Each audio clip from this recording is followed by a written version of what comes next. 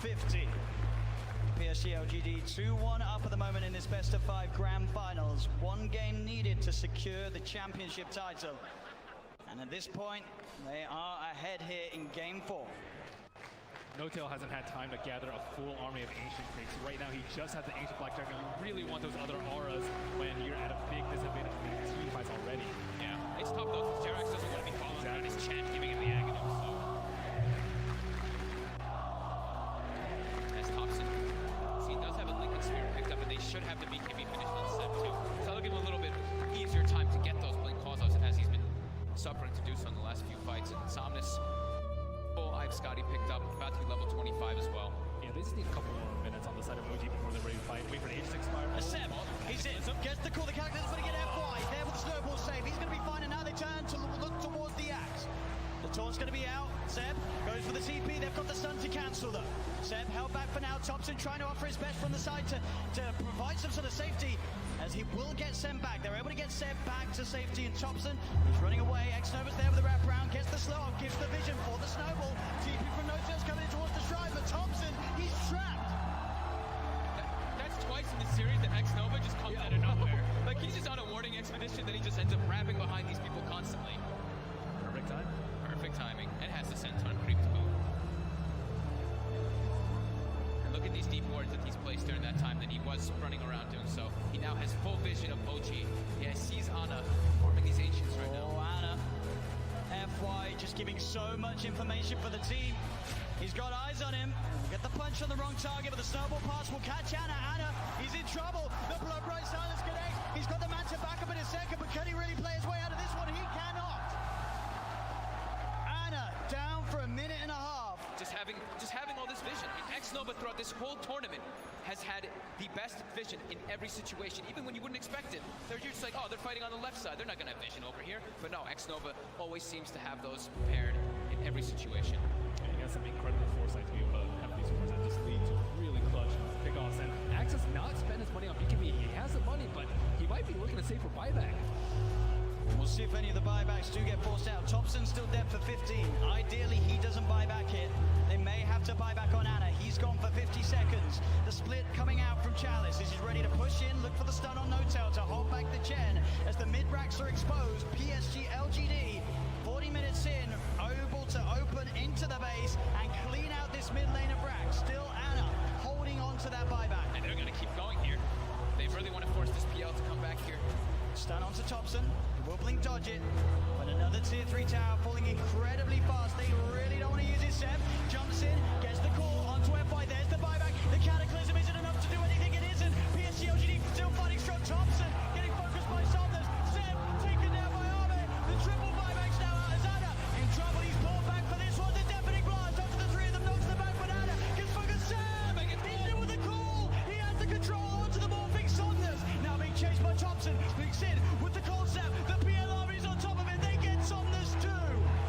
As OG, they have to expend 3 buybacks, but they hold on to the top rack. Somnus now down for 2 minutes. No buyback available on this Bloodseeker. Yeah, he's 400 gold short of it. It's up in about 8 seconds.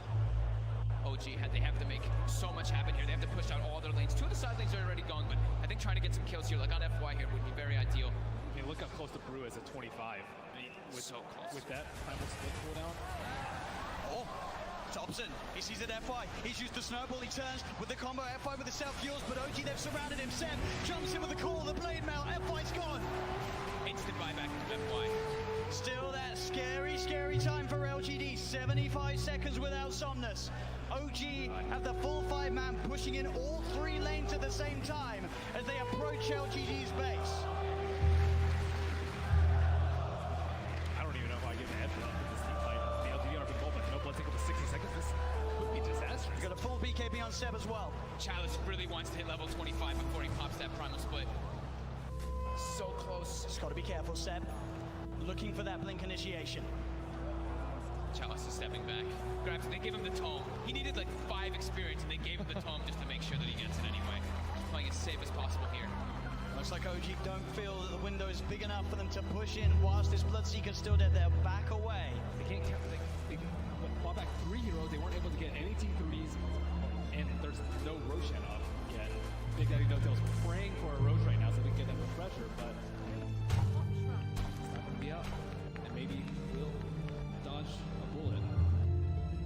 they got a good amount of economy off that, right? It was up to a 15k gold advantage, and they chunked it down to 7. Same thing with experience. So they did get quite a lot out of that one, but they ideally wanted to get at least one of those sets of racks to get some momentum pushing in with those 3 buybacks used. Absolutely, it is this really scary moment of the game now for OG. We're about 5-6 minutes still without those buybacks available. If PSG.LGD can find that one team fight, it could be the team fight to win TI in this window of time that they now have presented to themselves. Ana's gone full in for that butterfly too. As they pick up also an Aeon disc on Jarek, so protected in O. DD did spawn, however, was killed in 5. It's also pretty scary for Baby right now. He only has a 5-second BKB, and he does a lot of damage and will get wrecked by the X blading on call if he finds it. Especially with his BKB now, there's not that many ways to stop him. It's just all about FY and Chalice, right? Just either saving or just getting into the midst of the fights and not allowing OG to get the picks. And the spark is going to be dispelled. Let's get dispelled. He's in the trees, they're on the high ground, they've got the vision with the Shiva's covered, Anna's on his way over, they've got the snowball down, there's the Cannibal Seb, jumps in, he's able to find the call onto Chalice, but Chalice already got the BKB out, the Sunstride's going to be down onto FY, but FY will survive. Seb posts the BKB, he'll try and stand his ground, but Seb, he's going to go down, no buyback on the Axe, as Jarex as well, surrounded by PSG.LGD, the Eon disc will proc, but they'll fight through it. He has to buy back immediately. Look at these creep drag by these Pole Spirits. On the bottom row, they have no creeps in the mid lane. Sienna still holding onto that buyback on Jarex. But as Ben said, the creeps aren't here. It's backdoor. And they breached through it. It's not looking like it right now. Everyone hitting the same one. That creep cutting, is it enough to hold OG in the game? You see No Tail's already running to just, he doesn't care, he's going to throw his life for this one. He needs to just keep these creeps out of the base to keep that back door up. He doesn't care if he dies. Which he certainly will, as they get upon him. They find his life. 1 minute now without No Tail and without Seb. Thompson, Anna, and Jarex. The only 3 heroes that can offer their defense during this final minute, this final stand. Jarex is really trying to hold on to his buyback. As Chalice split, of course, up once again. They're finishing off this second set of racks. He's got the Cyclone holding Anna up in the skies. As this racks on the top lane will fall, the melee rack's gone. PSG.LGD playing this carefully. As they'll go down towards the bottom as well. Arme, doppelgangers, he's losing a fair bit of mana into the PL. Still able to shift back into their Morphling if needs be. As OG, they will lose their top racks, but they won't lose the game. PSG.LGD are playing it safe. They know how close they are to victory, and they will not throw it away. And they know that the Roche is probably respawning pretty soon, and it actually is up, so that is that refresher shard. They already have pretty much infinite primal splits up anyway, but they feel very confident here. They weren't able to deward that ward in the mid lane, so it looks like they are going for a Roche fake out. Anna is on top of X-Nova. The Ghost Step's going to get the set. Oh, he's in. The call, the MP, the counter, but FY is in. He's able to get the save off in time to keep this man alive. But he's got it off. Chalice is down. Buyback from X-Nova and Chalice. FY with the Invis Somnus looking to get involved. Post the BKB to get over the ice roll. They get on top of Sam. Sam's in trouble. Sam's gone. The Axe down once again for 90 seconds. As now FY giving them the vision, but they see him.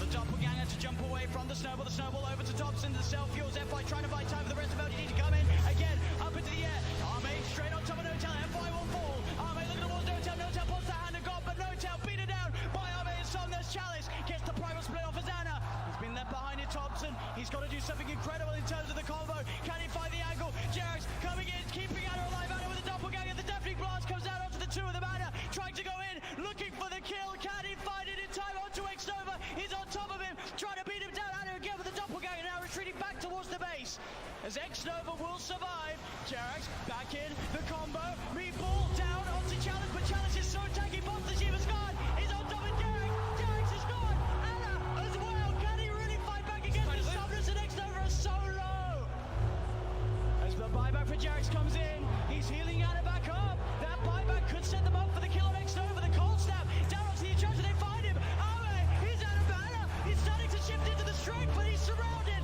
OG, can they find them all? They can! OG are still in the game, Arme buys back immediately, but now it's PSG boards. Seb's going to be back up in 8 seconds.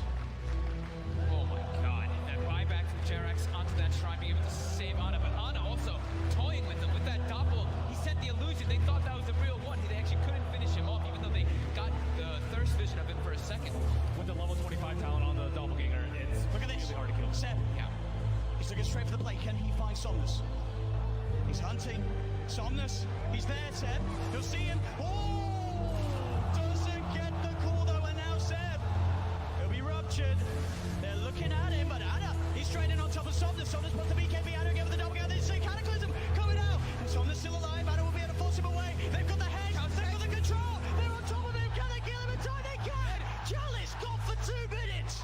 And Seb, he's finding, looking for Arme. Big Daddy No-Tail gets the penitence out. Only onto the illusion though. Arme able to waveform up to the high ground.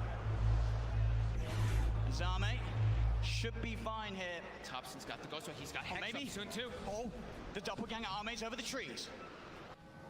Can he hide his way out of this? No, back, real one. Goes for the waveform. Seb tries for the call, but he's already out of there. Nice, out. nice play from Arme. And he buys so much time too for his team there. The Brewmaster was dead for 120 seconds, now only 90.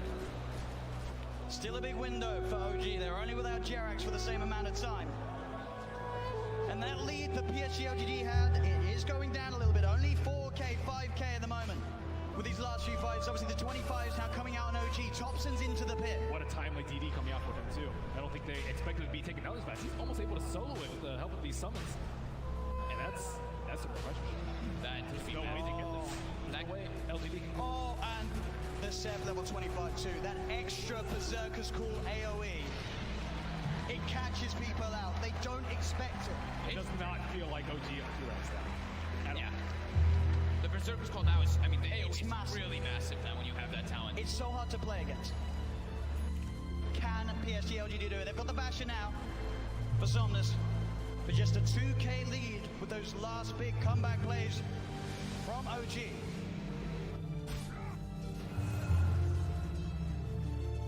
Still 30 seconds without Chalice.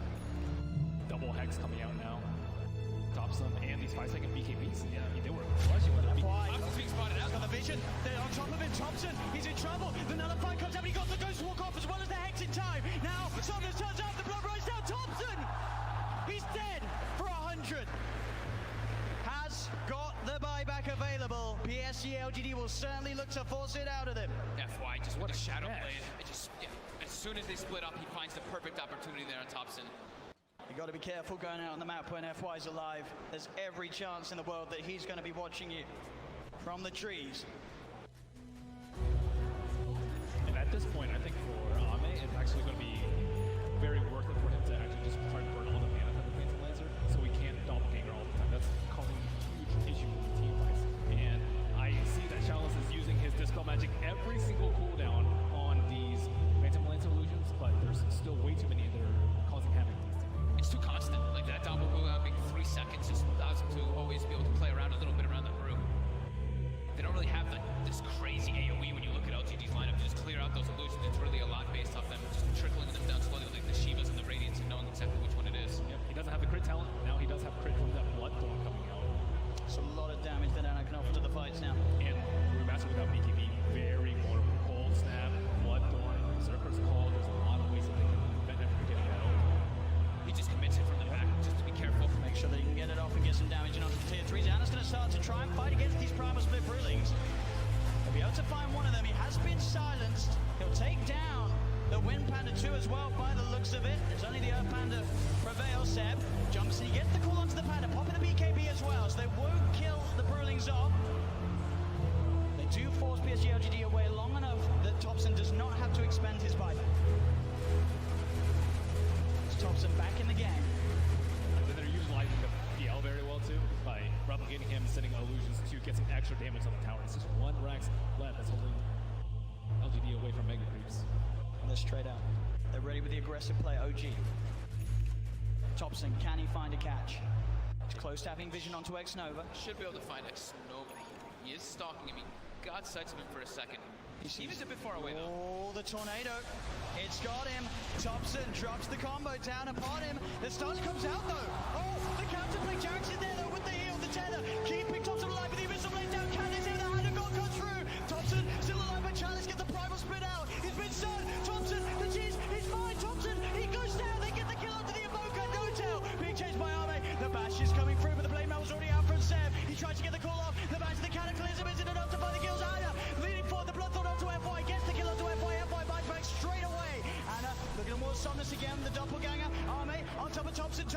saved by Jarex. Jarex with the tether, Arme turns into Rogero, there's the call!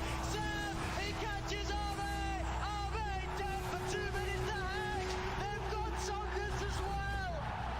Oh, gee! Double kill for Zeb, the clutch buybacks coming into play.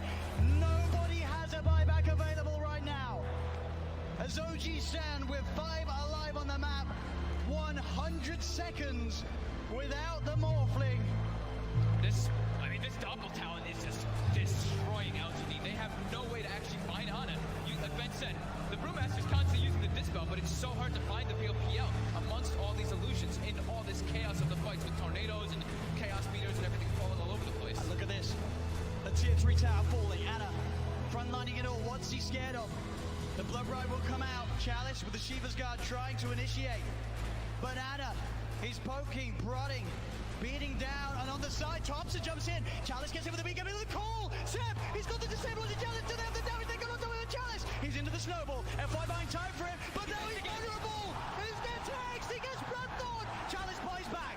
Straight back into the game. Ana trying to find his attention onto X-Nova. Chalice leaning forward. The Tornado going to be off the market. Only catches out the Bloodseeker, but Seb, he's looking for the follow-up. Jumps in, gets the call. The BKB was out in time. But Ana's on top of it. Did they have the damage? Seb's got the blade by FY. With the snowball again. Thompson, Jarex, focusing the rags. Thompson gets the Hex up onto X-Nova. Seb, healed up by Jarex. Ana's still full health at the moment. As the Brewlings are pushed back to the base. OG get the bottom melee racks. As still 30 seconds to play without the Morphling in the game. They move towards the mid lane. OG, can they really get it all here? The mid racks falling.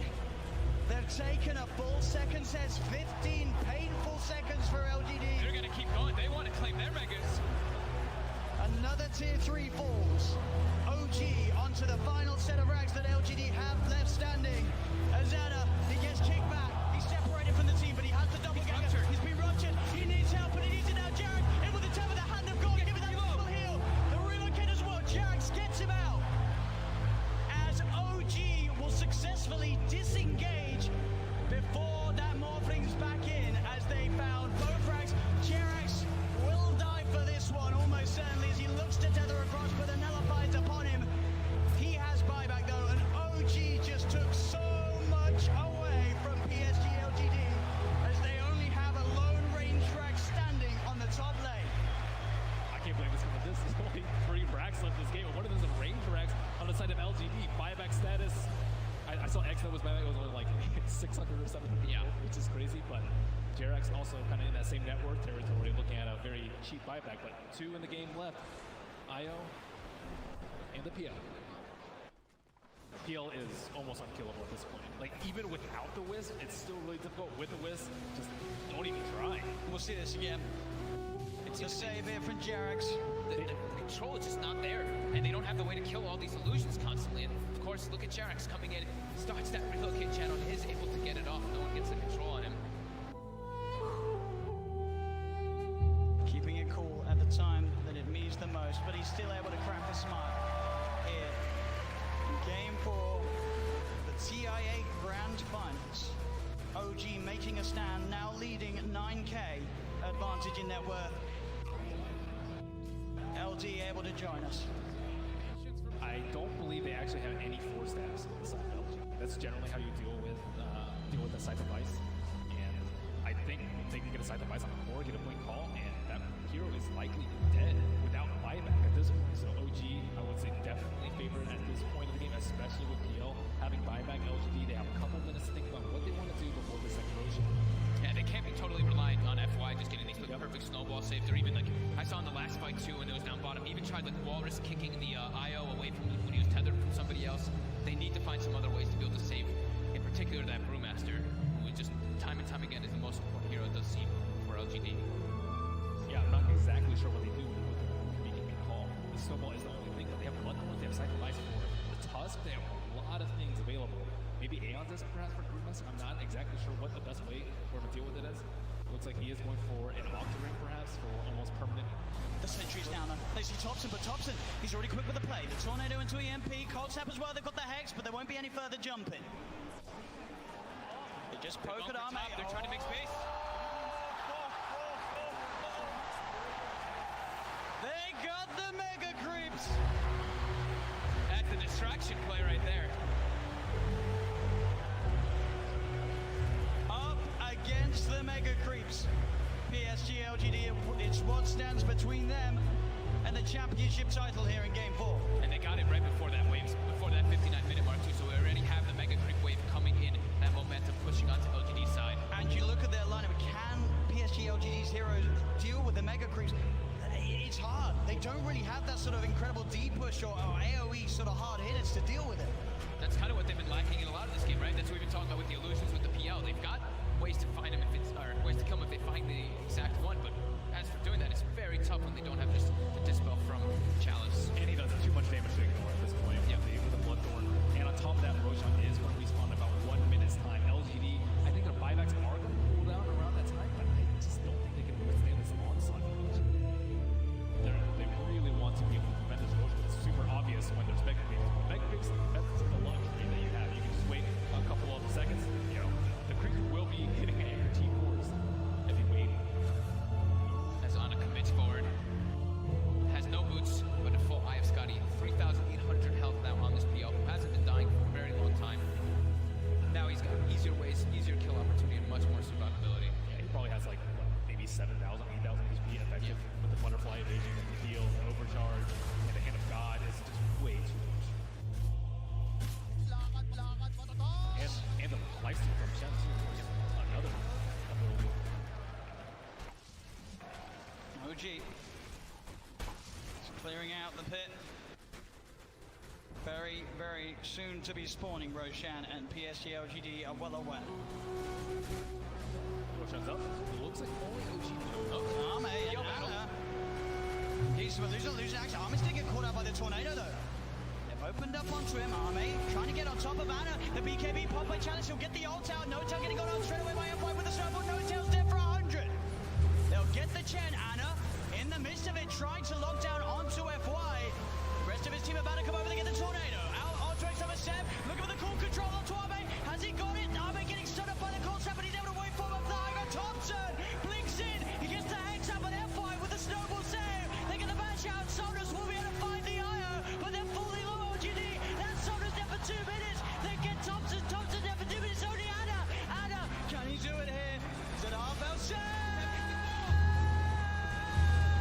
He gets the call of his lifetime. As 3 dead now on LGD. No buyback. Seb will fall. Ana kept alive off the back of that fight.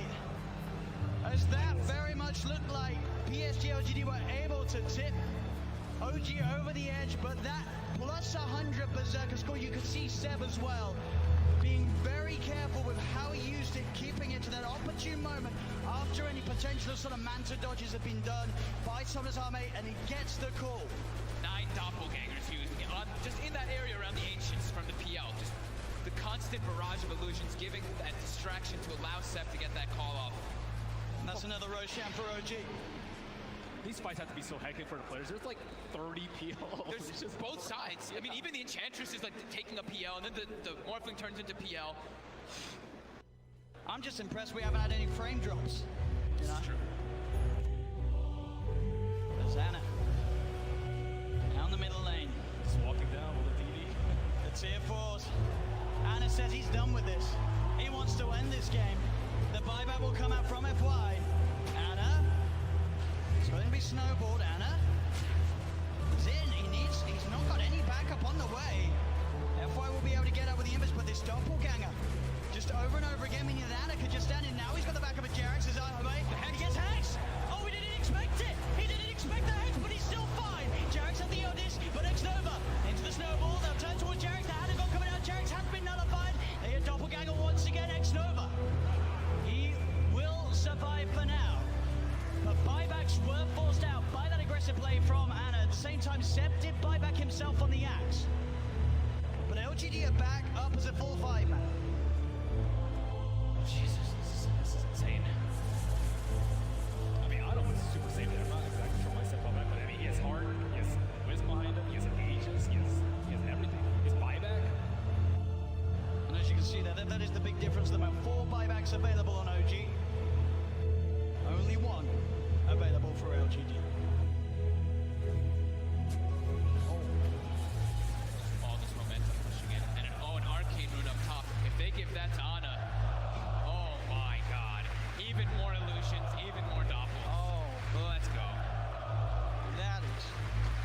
2.1 second cooldown. 2.1 second cooldown. Oh man. Okay. Azana. This is it. He's ready to put it to use. Straight into the base he goes, doubling forward, he gets the jump onto X-Nova, the Ghost set to keep an X-Nova fine for now. Anna looking to turn his commitment towards Arme, Thompson comes in with a deafening blast from the side, the EMP finishes X-Nova off, he's dead for 110 Seb, pods the BKB, looks for the cool control onto F5, and F5 does get the snowball off in time. Arme looking on top of Jarrett, but Thompson turns, they get the Hex out onto him, he'll get himself back into the ball flick, the BKB's out in time as Arme cuts down Rotel with a waveform, finds the kill. Anna looking to get on top of Arme, the BKB's about to wear off. The Mega Crease speeding down upon the edge of LG. Seb in again. The call on top of Arme. Arme dead for 2 minutes. Chalice, BKB pop. He's trying to commit, trying to deal with Anna being silenced by the blood right. But the ancient is falling. The Hex is out. They're going to be able to find themselves. Chalice 3 dead on LGD. OG hitting the ancient. Hitting the ancient. Weird guy. Weird. Again, jump. FY. He's found himself no tail out on his own. He trapped him. There's no tail. Is he going to get any sort of backup? No, there's 3 still dead on OG. It'll be a slow and painful death here if we don't tail. As Arme comes in for the kill secure. I love the way that Chalice popped his BKB super early in that fight. He just knows, I just need to get my ulti off. And he cast it at a very safe range. He didn't wait for like last second of his BKB. He's not very greedy. And I think that's a lot of the reason why they've been winning these team fights. Seb has been struggling still about 1,000 gold away from his BKB. Yeah, this Brewmaster is a display of perfection, really. It's the highest level in the game with his Bloodseekers. And doing a ton of damage. He's one of the most damage in the game as an offlaner. Now has full Shiva, so even more ways. He's pretty much itemized entirely just to be like, Ana, I'm ruining your game. I've got Radiance, I've got Shivas. You're going to struggle so much in these fights as Phantom Lancer. Eric's did his best to keep Ana alive, and but Ana wasn't able to do damage because of his rupture. He wasn't that low on HP, but still can't run around. Seb. On his positions here. Gotta be careful who shows up top. Indeed, Jarax. He's going out on his own. He doesn't expect Arme to have this invis rune. As Arme will show himself. Jarax goes across, but Somnus is there. Somnus is not messing around. No mercy. They're feeling very confident now at this point, getting these very advantageous team fights as well as getting kills on the split push too. Thompson though, we'll find X-Nova. Seb, and as well, between the two of them, they'll take down the support edge. FY's going to come in though. He hasn't got anyone else with him at the moment. It is just FY, so just playing around with Seb. He's no help around at all. He's still just making Seb a little miserable. He's just toying with him. He's just making him not be able to come back. Look, they're already starting to rotate this Brewmaster and Bloodseeker too, and FY, he's ready to look for Seb. Seb's got to get out. Oh, Seb. As indeed FY, the patience keeping that control on Seb, buying time for Chalice to come in. Anna is going to look towards the Tusk.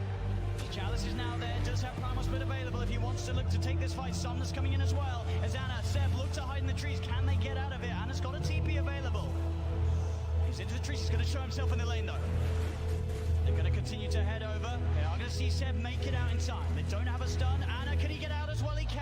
OG will avoid that rotation from PSG.LGD. FY is just so obnoxious there, following Seb for over a minute, just stalking him, trying to have his team come over. So that's about, a minute without Aegis being used for LGD. They have 2 minutes left, I would say, to capitalize on this Aegis. Oh man, looks like he is leveled up the L. Pretty much back to a 50-50. PSG.LGD 2-1 up at the moment in this best of 5 grand finals. 1 game needed to secure the championship title. And at this point, they are ahead here in game 4. No-Tail hasn't had time to gather a full army of Asian Greeks. Right now, he just has the Asian Blackjack. You really want those other auras when you're at a big disadvantage in these team fights already. Yeah, it's tough though, because Jerax doesn't want to be following around his Chen, giving him the Aghanim, so. As Thompson, he does have a Lincoln Spear picked up, and they should have the BKB finished on Seb too. So that'll give him a little bit easier time to get those blink calls out as he's been suffering to do so in the last few fights. And Somnus, I have Scotty picked up, about to be level 25 as well. Yeah, they just need a couple more minutes on the side of OG before they're ready to fight. Wait for the Aegis to expire. Seb, he's in, gets the call, the character's going to get FY. There with the snowball save, he's going to be fine, and now they turn to look towards the axe. The taunt's going to be out. Seb goes for the TP, they've got the stun to cancel them.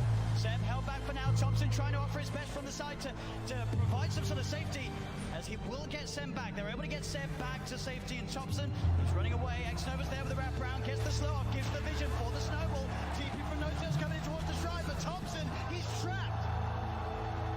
That's twice in the series that Xnova just comes out of nowhere. Like, he's just on a warning expedition, then he just ends up wrapping behind these people constantly. Perfect timing, and has the Senton creep to move. And look at these deep wards that he's placed during that time that he was running around doing so. He now has full vision of OG. Yeah, he sees Ana farming these Ancients right now. Oh, Ana. FY just giving so much information for the team. He's got eyes on him.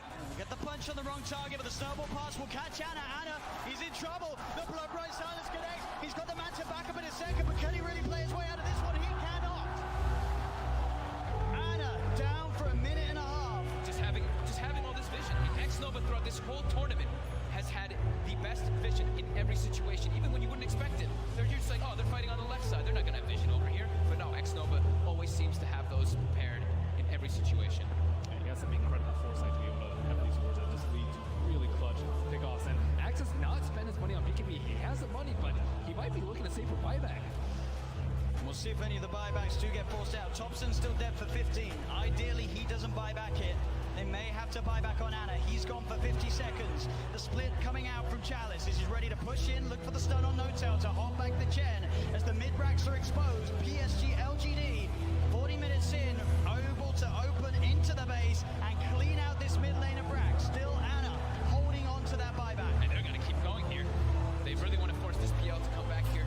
Stun onto Thompson, will blink dodge it, but another tier 3 tower falling incredibly fast. They really don't want to use it. Seb jumps in, gets the call onto FY, there's the buyback. The cataclysm isn't enough to do anything, it isn't. PSG.LGD still fighting strong. Thompson getting focused by Saunders. Seb taken down by Arme. The triple buybacks now out as Ana in trouble. He's pulled back for this one. The deafening blast onto the three of them, knocks them back, but Ana gets focused. Seb, he's in with the call. He has the control onto the morphing Saunders. Now being chased by Thompson, blinks in with the cold snap. The PLR is on top of it. They get Saunders too.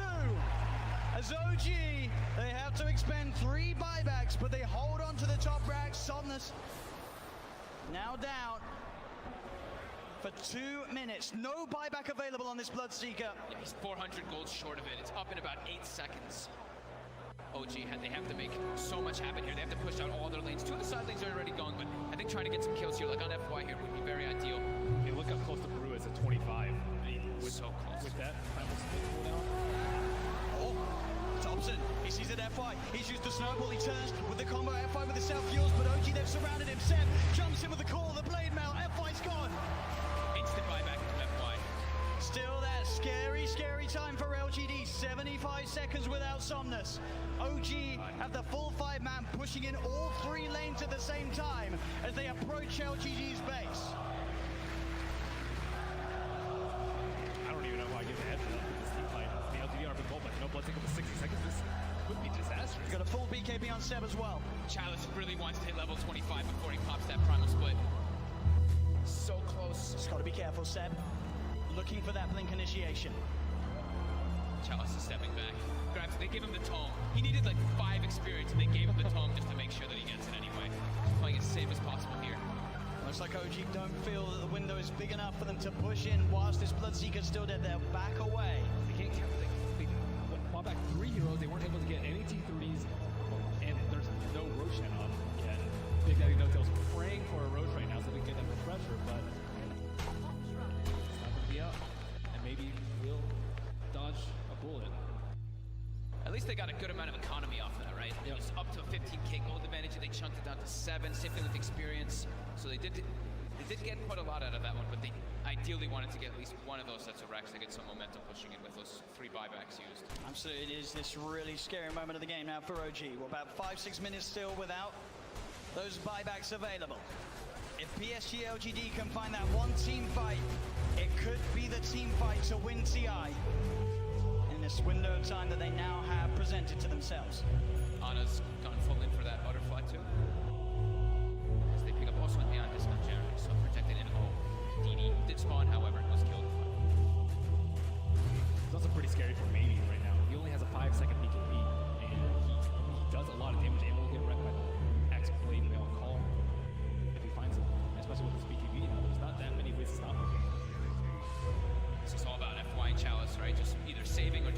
into the midst of the fights and not allowing OG to get the picks. It's going to be dispelled. Let's get dispelled. Anna is in the trees. They're on the high ground. They've got the vision with the Sheeva's covered. Anna's on his way over. They've got the snowball down. There's the counterplay set. Jumps in. He's able to find the call onto Challenge, but Challenge already got the BKB out. The Sunstride's going to be down onto F5, but F5 will survive. Seb posts the BKB. He'll try and stand his ground, but Seb, he's going to go down. No buyback on the axe. And Jarex as well, surrounded by PSG.LGD. The Eon Disc will proc, but they'll fight through it. He has to buy back immediately. Look at these creep track by these Force Spirits. On the bottom rune, they have no creeps in the mid lane. Sienna still holding on to that buyback on Jarex. But as Ben said, the creeps aren't here. It's backdoor. Can they breach through it? It's not looking like it right now. Maybe everyone hitting the same one. That creep cutting, is it enough to hold OG in the game? You see No Tails already running to just, he doesn't care. He's going to throw his life for this. He needs to just keep these creeps out of the base to keep that back door up. He doesn't care if he dies. Which he certainly will, as they get upon him. They find his life. 1 minute now without No Tail and without Seb. Topson, Anna, and Jarex. The only 3 heroes that can offer their defense during this final minute, this final stand. Jarex is really trying to hold on to his buyback. As Chalice split, of course, up once again. They're finishing off this second set of racks. He's got the Cyclone holding Anna up in the skies. As this rack's on the top lane will fall, the melee rack's gone. PSG.LGD playing this carefully. As they'll go down towards the bottom as well. Arme, doppelgangers. He's losing a fair bit of mana into the PL. Still able to shift back into that Morphling if needs be. As OG, they will lose their top racks, but they won't lose the game. PSG.LGD are playing it safe. They know how close they are to victory, and they will not throw it away. And they know that the Roche is probably respawning pretty soon, and it actually is up, so that is that refresher shard. They already have pretty much infinite primal splits up anyway, but they feel very confident here. They weren't able to de-ward that ward in the mid lane, so it looks like they are going for a Roche fake out. So Anna is on top of X-Nova. The Ghost Head's going to get the set. Oh, he's in. The call, the MP, the cannon, F5 is in. He's able to get the save off in time to keep this man alive. But he's got it up. Chalice is down. Buyback from X-Nova and Chalice.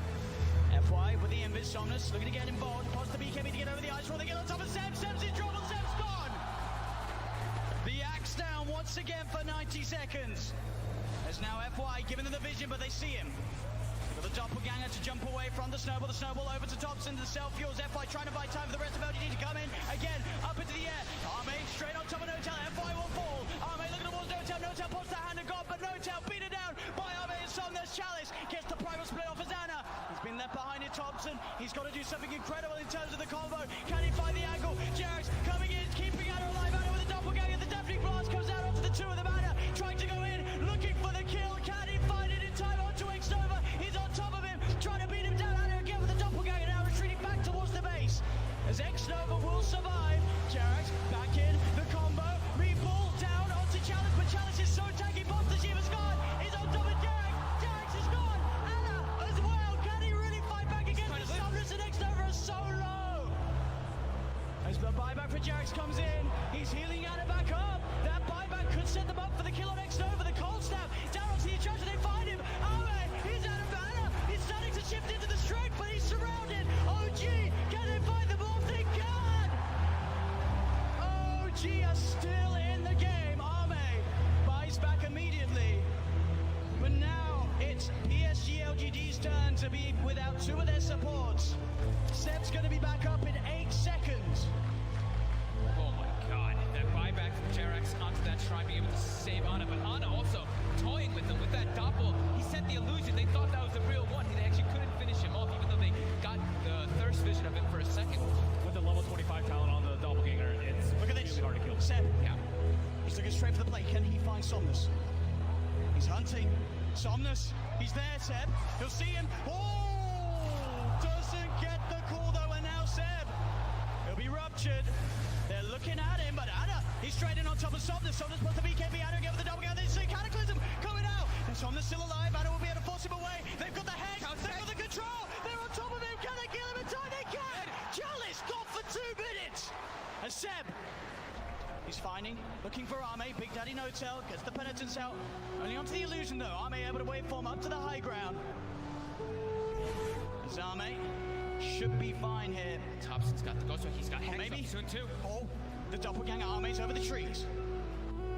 Can he hide his way out of this? No, it's a real one. Goes for the waveform. Seb tries for the call, but he's already out of there. Nice play from Arme.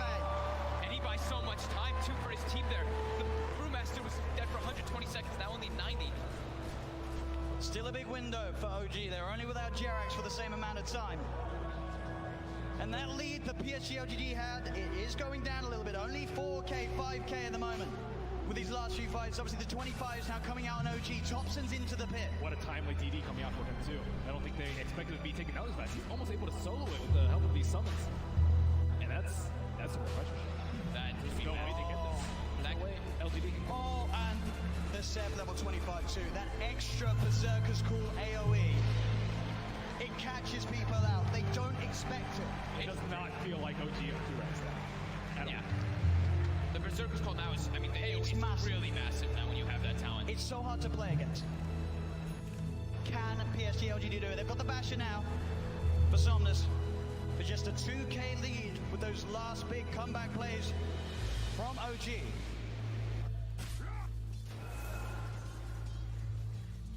Still 30 seconds without Chalice.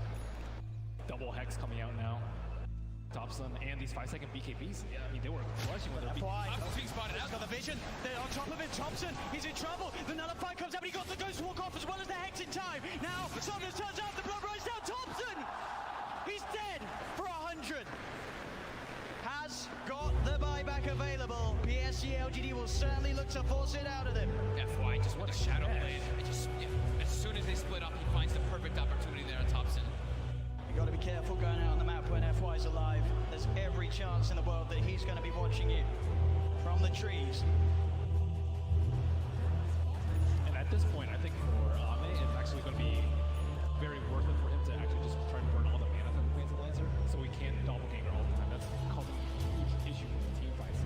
And I see that Chalice is using his Dispel Magic every single cooldown on these Phantom Lancer illusions, but there's still way too many that are causing havoc to this team. It's too constant. Like that double cooldown being 3 seconds just allows him to always be able to play around a little bit around the group. They don't really have this crazy AoE when you look at LGD's lineup to just clear out those illusions. It's really a lot based off them just trickling them down slowly like the Shivas and the Radiants and knowing exactly which one it is. Yep. He doesn't have the crit talent. Now he does have crit from that Bloodthorn coming out. It's a lot of damage that Anna can offer to the fights now. And Brewmaster without BKB, very vulnerable. Cold Snap, Bloodthorn, Berserker's Call. There's a lot of ways that they can benefit from getting that out. He just commits it from the back, just to be careful. Make sure that you can get it off and get some damage in onto the tier 3s. Anna's going to start to try and fight against these Primal Split Brewlings. He'll be able to find one of them. He has been silenced. He'll take down the Wind Panda 2 as well by the looks of it. There's only the Earth Panda prevails. Seb jumps and he gets the call onto the Panda, popping the BKB as well, so they won't kill the Brewlings off. They do force PSG.LGD away long enough that Thompson does not have to expend his buyback. Thompson back in the game. But then they're utilizing the PL very well too by replicating him and sending illusions to get some extra damage on the tower. It's just one Rax left that's holding LGD away from Mega Creeps. Let's trade out. They're ready with the aggressive play, OG. Thompson, can he find a catch? He's close to having vision onto X-Nova. Should be able to find X-Nova. He is stalking him. He got sights of him for a second. He's a bit far away though. Oh, the tornado. It's got him. Thompson drops the combo down upon him. The stun comes out though. Oh, the counterplay. Jerax is there though with the heal, the tether. Keeping Thompson alive with the Abyssal Blade down. Candace here, the hand of God comes through. Thompson still alive, but Chalice gets the primal split out. He's been stunned. Thompson, the cheese, he's fine. Thompson, he goes down. They get the kill onto the Evoker. No-tail. Being chased by Arme. The bash is coming through, but the blade mail was already out from Seb. He tries to get the call off. The bash, the cataclysm isn't enough to find the kills. Anna leading forward. The Bloodthorn onto FY. Gets the kill onto FY. FY bites back straight away. Anna looking towards Somnus again. The doppelganger. Arme on top of Thompson. Thompson being saved by Jerax. Jerax with the tether. Arme turns into General General. There's the call.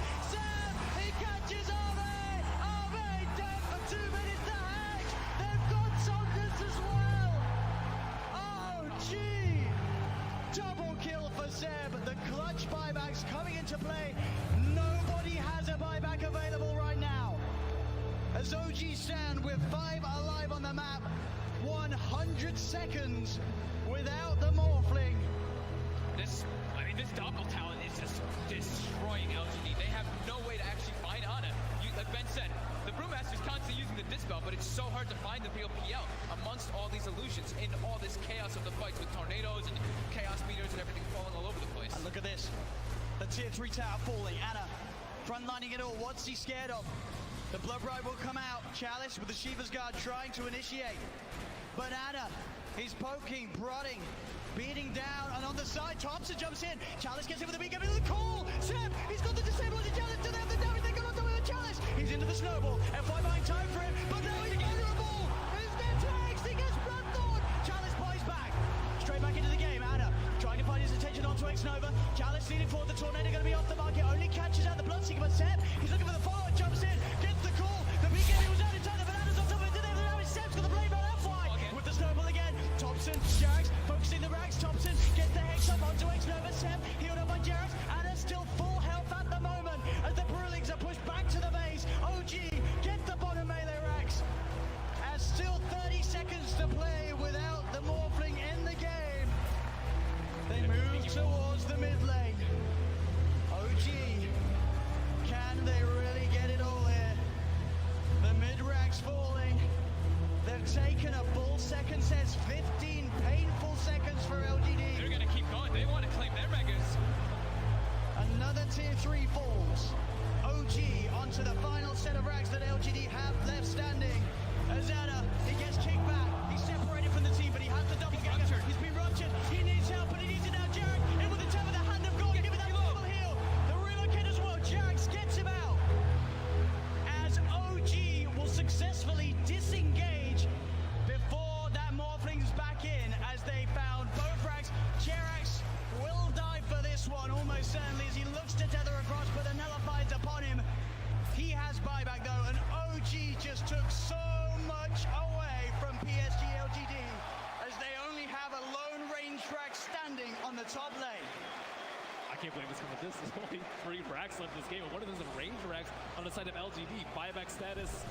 I saw X that was buyback, it was only like 600 or 700, yeah, which is crazy, but Jerax also kind of in that same network territory, looking at a very cheap buyback, but 2 in the game left. IO and the PL. PL is almost unkillable at this point. Like, even without the Wiz, it's still really difficult. With the Wiz, just don't even try. We'll see this again. It's a save here from Jerax.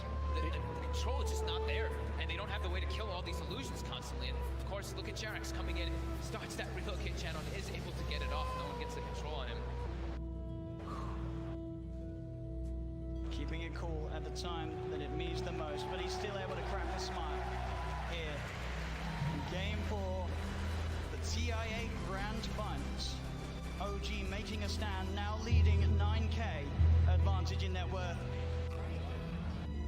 LD able to join us. I don't believe they actually have any 4 staffs inside LG. That's generally how you deal with a side device. And I think they can get a side device on the core, get a blink call, and that hero is likely dead without buyback at this point. So OG, I would say, definitely favored at this point in the game, especially with PL having buyback. LGD, they have a couple minutes to think about what they want to do before the second ocean. Yeah, they can't be totally reliant on FY just getting these perfect snowball saves, or even like I saw in the last fight too when it was down bottom. He even tried like walrus kicking the IO away from when he was tethered from somebody else. They need to find some other ways to be able to save, in particular that Brewmaster, who is just time and time again is the most important hero, it does seem, for LGD. Yeah, I'm not exactly sure what they do with their BKB call. The snowball is the only thing, but they have Bloodthorns, they have side device for the Tusk, they have a lot of things available. Maybe Aeon Disc perhaps for Brewmaster. I'm not exactly sure what the best way for him to deal with it is. Looks like he is going for an Octarine perhaps, for almost permanent. The sentry's down there. They see Thompson, but Thompson, he's already quick with the play. The Tornado into EMP, Cold Snap as well, they've got the Hex, but there won't be any further jumping. 5 seconds remaining. Dire team back. PSG.LGD. Is the order right? Dire team back. PSG.LGD. Team to ban. Dire team back. There we go.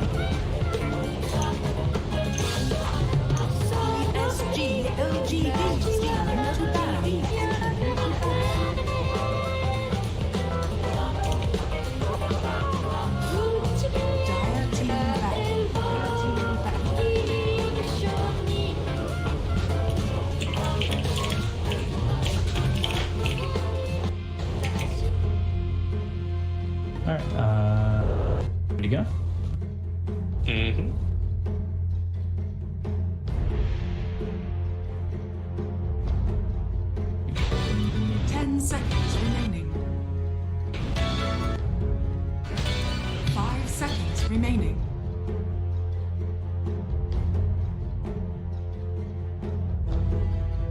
All right, and welcome back to some more Beyond Epic Chinese region. We got ourselves a good one, a little bit of, team rivalry, I guess. It's slowly turning into a rivalry, maybe just because of Amit. It's definitely the way LGD have tweeted about it every now and then when they play each other. It definitely seems like it's become, I don't know, kind of. I'm trying to figure out what it would be equivalent to in sports, but nothing on that. Maybe. I reckon it's a one-sided rivalry because CDEC, they don't quite have the same Western social media presence as LGD might have. That's very true.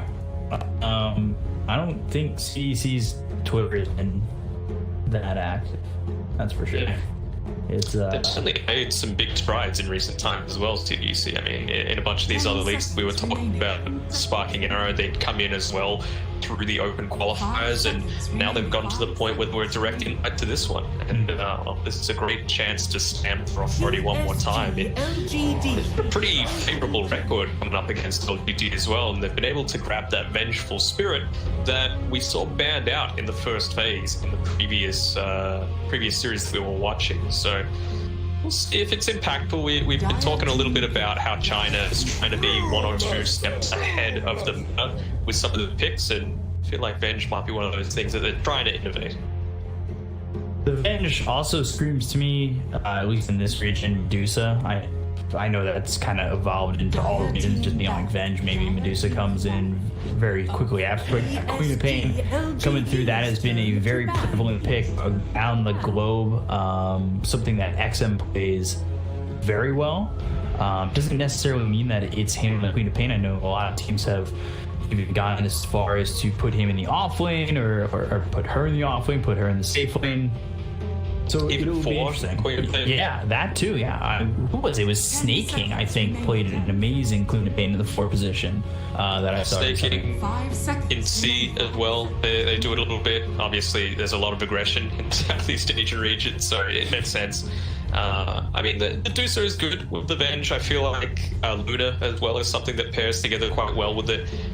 Well, see what they opt to go. We didn't see some carry Venge come out, but it just doesn't feel like it has quite the same level of impact as you might like. I feel like something else that's not been explored quite as much is the impact of the Ags on Vengeful Spirit as well, just for that little bit of fear that's coming through, maybe trying to combo it together with a puck or something a little cheeky like that. Yeah, the puck, me and Jenkins kind of had this conversation. It was like, Puck is not in a good spot right now as a hero, but still gives you the tools necessary to put your team fight and be that hero that it's supposed to be. It's weird.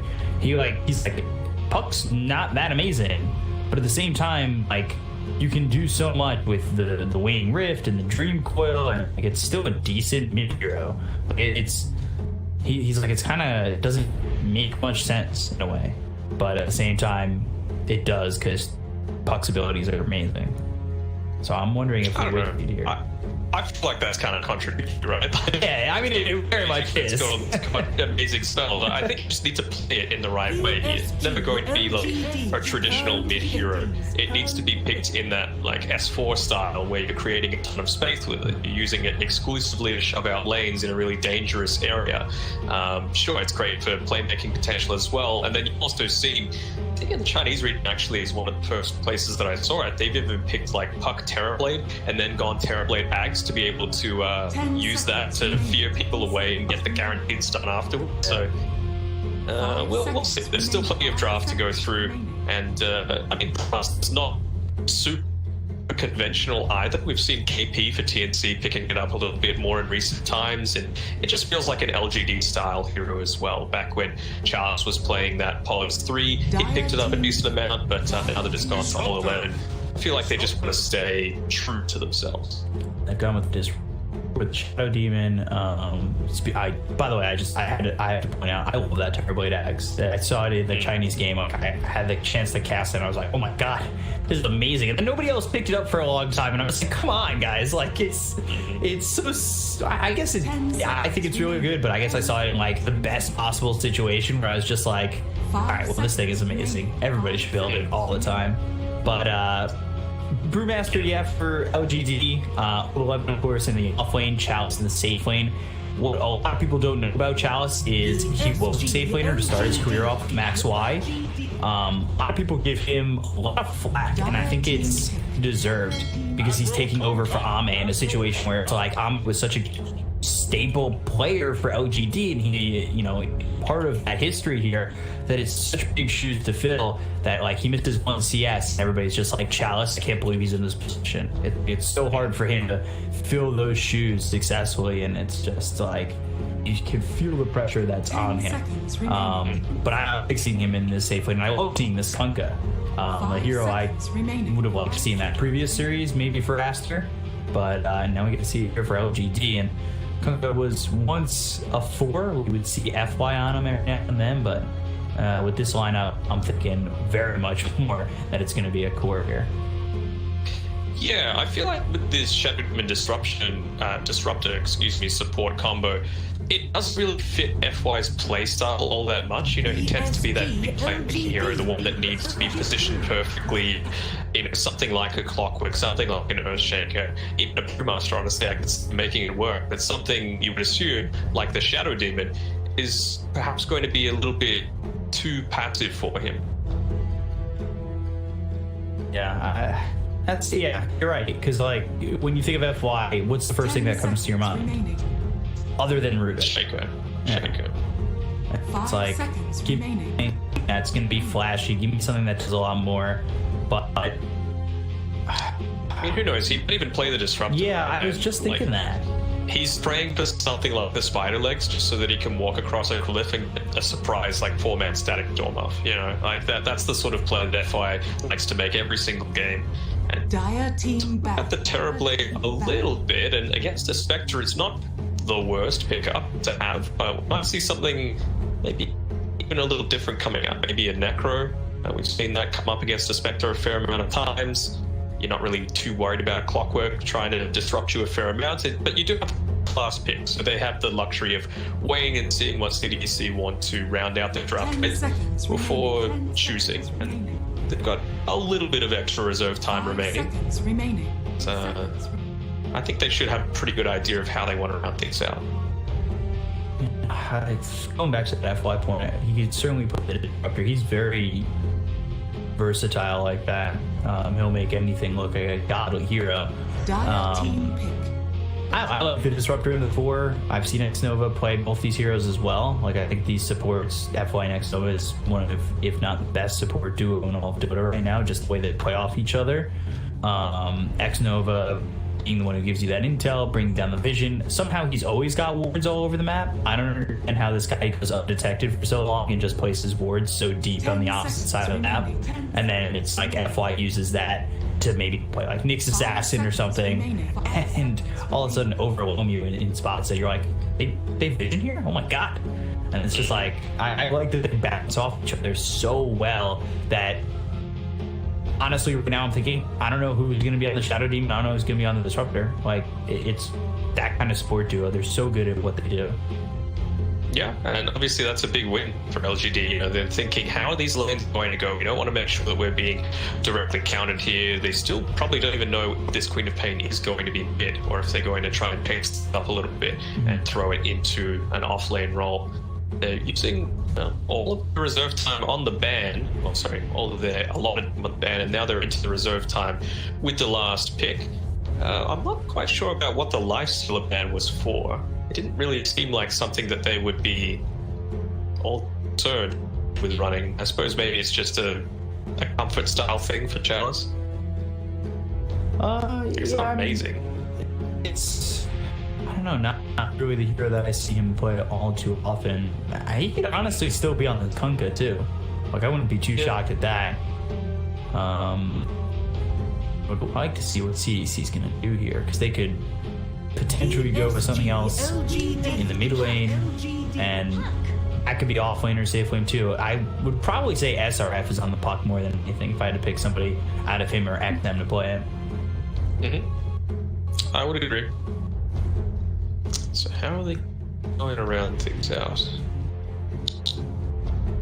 I mean, now they've got that nice combination together with the puck dream coil and the bench swap. You can guaranteed get the stun off, and that leads me to think that they're probably going to try and get that sort of play happening on the Brewmaster or the Kunkka. You know, someone that needs to get that survivability ability off. Kunkka, of course, with the Boat and Brew, if you can get the split off, even if it's a drunken brawl, you're able to tank through a fair amount of damage. And with the swap, you're not going to be in such a vulnerable position that Shadow Demon can just walk up and disrupt them and prevent a lot of that aggression happening. You may now select your There's the Medusa, which I end up on the outside, which I thought was going to be at CDC's end. They'll go James on the puck, so a 4 puck, not even a 3 puck. It's SRF on the Clockwork and Victoria on the Venge. I was honestly thinking that James was going to be on the Clockwork. He's such a player himself in that 4 position for CDC, but 4 puck. And I mean, this is just the sort of stuff that happens when there's no Chinese professional Dota in 3.5 weeks. They've probably had some time to workshop some things. I'm sure they've been screaming each other a fair amount as well. And do you reckon there's any mind games going on here with CDEC with choosing this Quap Arcana skin, considering they've got a Vengeful Spirit as well? I'm actually surprised that XM has that second style unlocked. I guess it's been out long enough these days. It's what, 1,000 heroes that you have to hit, so he's been spamming hero for sure. Can see why. It's super strong. Hopefully for LGD they don't think, oh, it's just Quap, it's the Vengeful Spirit, you know, or the other way around. So We will see. I ended up doing the FY Shadow Demon, which we weren't sure which way that was going to go, and then Somnus plays the Kunkka, Chalice, and Medusa. Old 11, of course, was going to be on that brew. It's I both Chalice and Ame are gonna need a lot of time. Who's playing the mid game there? Other than like maybe Kunkka, I guess X-Nova playing this Disruptor and Ame on this Spectre, there's not really anyone that's like you're synonymous with that style of hero, you know? Like you're seeing a lot of familiarity with a lot of these things, but I don't know. We'll see if XM's able to pull it out. Clearly, he's been playing a lot of Quap, and again, it was only a couple of months ago he hit 10k, so he's very good in his own right. When you're in those pubs, you need to be able to be self-sufficient. When you're going up against someone who's a beast, like maybe, you're going to need every little shred of skill you can get. See if the lane matchups stay standard. It looks as though it's gonna.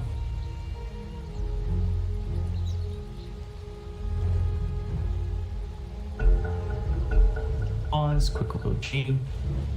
Surprised it's the first time we're only getting the quick pause like that. Seems like Chinese region tradition that we get a pause in the beginning of the game.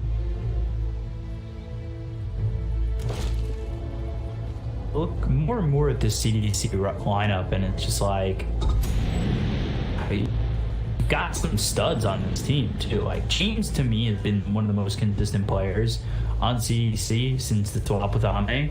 But Victoria is a legend in his own right. You know, used to play for LGD and still kind of is one of those better supports. He was with that LGD team that took 4th place at TI7, like was with him in the Boston Major. Like he was definitely one of the biggest like pillars in that lineup, and it's I think it's the supports here on CDC that's definitely kept them afloat when they had their shaky area when Ame had just come into the lineup, and of course going from 1-3 to attack. So, you know, as much as I love praising FY and X-Nova, like I'm excited to see what James and Victoria bring to the table. Yeah. I mean, it was during the last series as well. I think in chat there were a fair few people talking about, you know, who is the best 5 in the Chinese region, who is the best 4, and it really depends on the different aspects, right? You talked about how X-Nova is fantastic about being able to find that extra bottom where his absence isn't noticeable, and getting off those deep wards that give LGD so much more information. But team fight, Victoria is pretty damn handy himself. No, I'll be interested to kind of see how that impact goes. Old 11, I think he's finally here officially with the team. He's had such an impact. When he first got here with LGD, they definitely slowed up a little bit. I think he was playing a bit of a different style and what LGD may have, the rest of LGD may have been used to, but they kind of put it together. He plays very aggressive. He plays kind of flashy as well. And maybe LGD weren't expecting that, where Chalice might have been a little bit more reserved when he had and maybe on the team. But both sides of the coin have adapted to what Old 11 brings. And Victoria, quite low, but it's disruption level 1, not that Shadow Poison, so Shadow Demon won't be able to get the kill. Like, Old 11 brings a Enigma to the table that maybe not many teams are playing. Like, that's been a very bad tier against LGD, and it opens up a lot in terms of, you know, him getting those bans in drafts. Yeah, we've even seen stuff like off-lane Lycan and things coming out, and we were mentioning before, like, the Shadow Demon isn't one of those heroes that has the, you know, the outplay potential, the flashy style. The couple of times that he's tried to get this kill onto Victoria, FY tried to get the old disruption while standing next to a couple of trees and get the illusions to block him in, and only just missed it, but forced a couple of extra tangos out from Victoria in the process. So getting some good trades coming out here. Even now he's back on his career. That's the extra bit that FY brings to the table to prevent this pull, or so I thought. We'll see. Range creep, but that's it.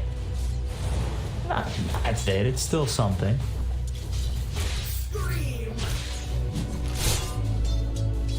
XM up against Somnus mid. For right now, it is even. See it long enough. 15 and 2. Yeah. I mean, that's the thing with it, picking the position for early on. You're just trying to harass, like, you've got decent right-click potential, but until you get those levels, it's just all about the experience. See the phase shift. I wonder if he's going to try and dodge out a couple of these ticks. But he's just had to go there to make sure that Dak didn't start to build up for himself. Alice, he hasn't got any into this pitch just yet, but it's all just about creating space for him. 11 losing his career, that would have had the earn on it. Aggressively here onto Chalice. He might be in a little bit of trouble, but Anna Shield takes a fair amount, and the creep wave too. They're still on him. X Nova can only come so far. Chalice, one shot from dead. SRF, he'll get first blood on the Medusa. X Nova leaves him for a moment. Chalice gets caught a little bit too far out, and they take advantage with these two heroes. Yeah, and that just showed the impact of that rotation through from the puck previously. Blocking the double stack means that X-Nova needs to stay there a little bit longer, wanted to make sure he could deny up a couple of these creeps from Radiant Creep Wave, but mentioned his absence led to Medusa going down, and it's not the trend that you want. So he gets control of the illusion rune, fills up that bottle, which puts Somnus without a refilled bottle. However, still has a charge, and it's not the worst thing though. When you get caught without any charges in between this 4 and 5 minute mark, that's where it feels kind of bad. But he should get to the 5 minute mark, fill it up with Bounty Rune up towards top, and be okay with his situation. Even if he doesn't, Cook is probably the best here to be in that sort of position, because you can always just X-Marks yourself and TP back to the base. Obviously not wanting to be extended for that, you always want to have that in your arsenal, and you can see here Somnus, he's starting to position himself perhaps a little bit more towards the bottom side of the map. There's that excellent. Fills that bottle. Back to lane he comes. I'm liking all the Lotus positioning, making sure that he was physically in the way of Victoria trying to contest either of these bounty runes. FY is making the rotation through. Somnus, he's got the full bottle, but maybe he's going to try and make a few more aggressive plays happen here, considering he's still got the bounty rune on his Trican. So he's up to hit level 6. Queen Pain already got that mark, just like a creep or two ahead for XM.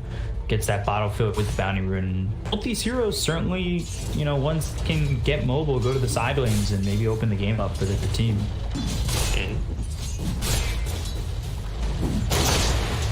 James scouted out the fact that this pull been happening. Not too many creeps that were dying. I think only one died to it, so he's okay with that. Up towards top, he gets into a little bit of trouble, but the disruption is there for the save. Xnova now losing his courier, and so does Chalice. God, James being a nuisance over towards bottom. That he is using the phase shift a little. Simon's now mid. Sonic Wave comes in. He's got the shift to stay alive a little bit longer. The Shadow Poison James is here with an illusory orb though, and he's a thorn in the side of the bottom lane, and then comes over and gets kill mid. Two vengeful spirits, Pog Chan. God, an old 11 too. By himself against the Spectre of Ame, taking a lot of harassment. Has to be real careful. He's got those couple of Sage's masks there on Ame, and he'll be close to throwing out that Spectral Dagger again. He doesn't put any points into the Drunken Brawler either. And just wrapping around. Looks like old 11. He might be in for a rough time, because here comes Victoria right on over. Old 11 now goes and tries to juke up north, but the minus armor from the Wave of Terror and the Vision will allow them to get that kill. 3-0 in favor of CDC, and a 2-kill lead just 7 minutes into the game. Lanes. So I'm just trying to get some stuff happening for the Quap, but could be fine for now.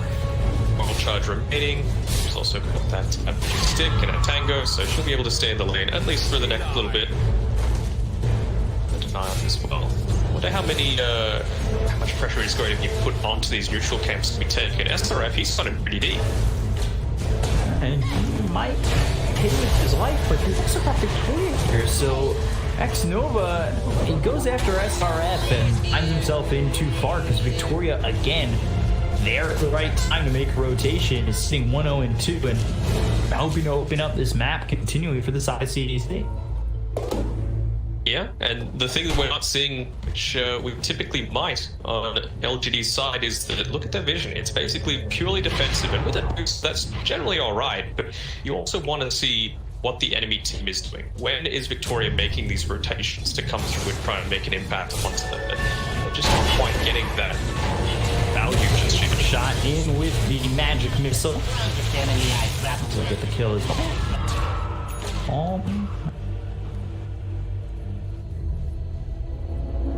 What's up?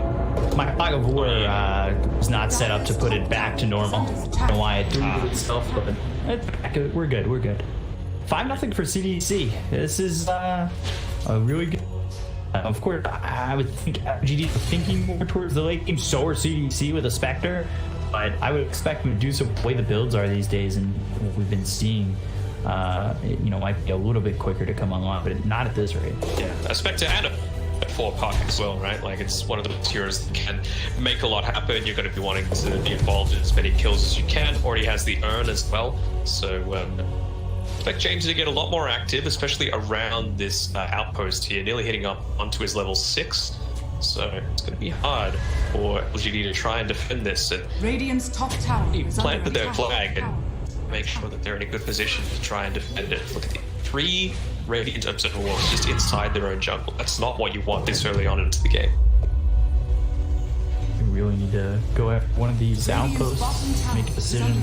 It's very detrimental to give both outposts early on. Okay, here we go. They're making a play here, but still just level 4s on these supports here, and rely on the heavy lifting coming through from Somnus to make it happen. They should be able to take it without too much hassle.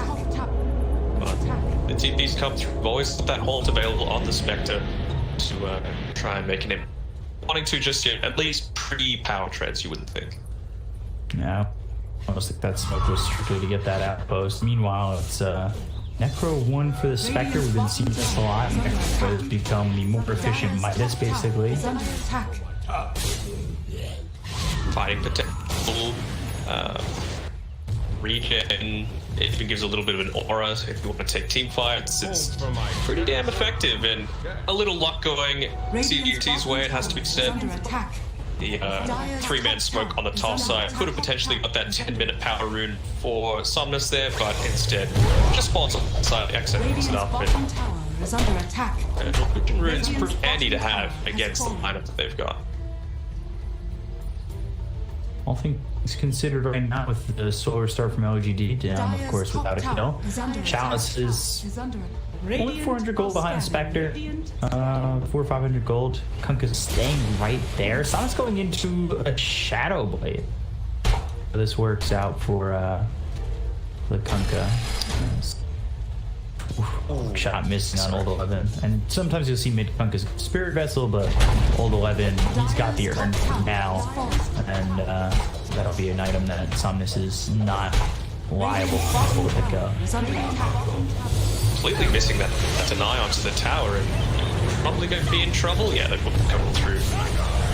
Got him around, and well, should be a first kill here for the side of LGD. Will go the way of Somnus, which he's happy about. Immediately with a TP back over mid, as Chalice has taken a bit of harassment from this Queen of Pain.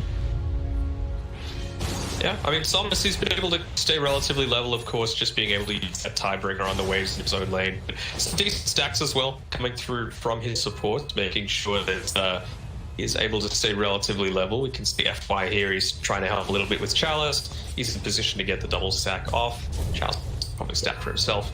But, yeah, expect him to start making a little bit more of an impact as these items start to come online for him.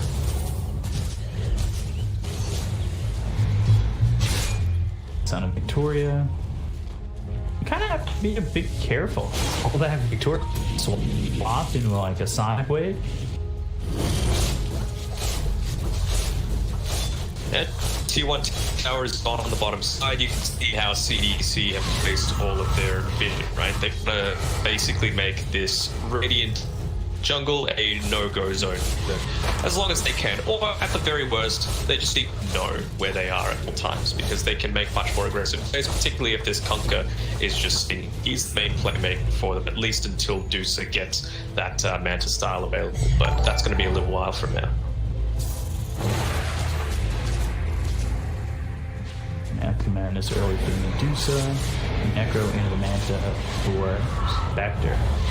Yeah, so look at this smoke movement. They know that they don't have anyone sitting around this jungle because they've seen there farming in the jungle. This is probably the only safe place they could have taken the smokes. A good presence of mind, but Chalice actually popped that smoke from James, and it's going to be revealed. Now the rest of the team comes over, but I don't know if they understand the numbers that they're kind of walking into. James is right there on the Somnus.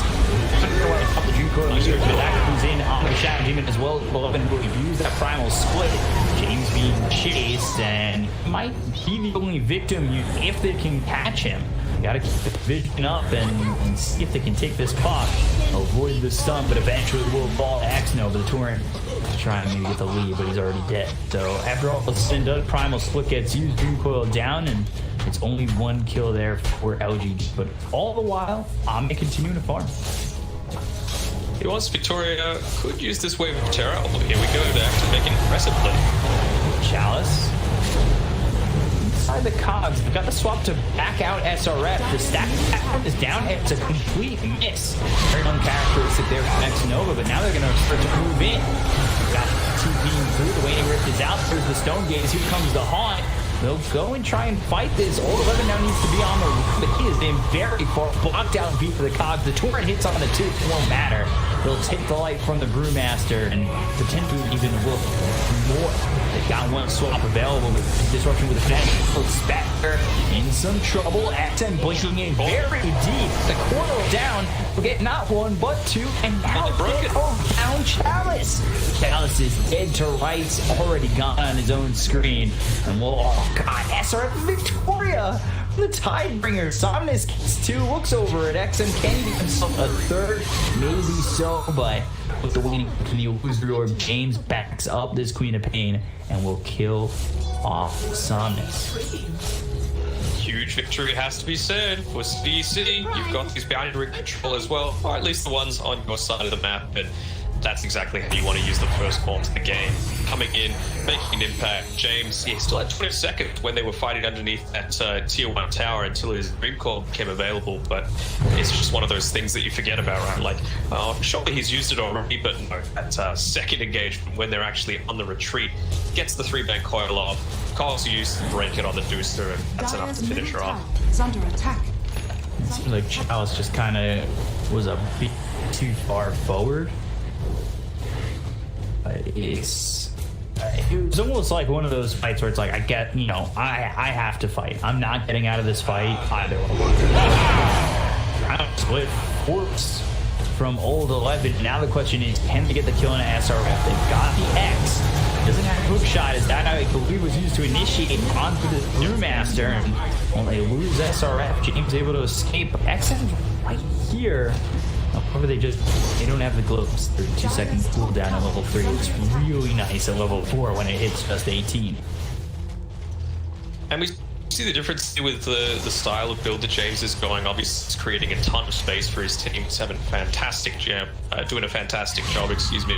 And he's got that Urn of Shadows. So with these early aggression that CDEC is trying to make happen, he's still getting something from it. It's not like he's going into this early ping bar that we saw on Fade from Master, and he's only 100 gold away from his Blink Dagger, so that constant effectiveness is going to continue.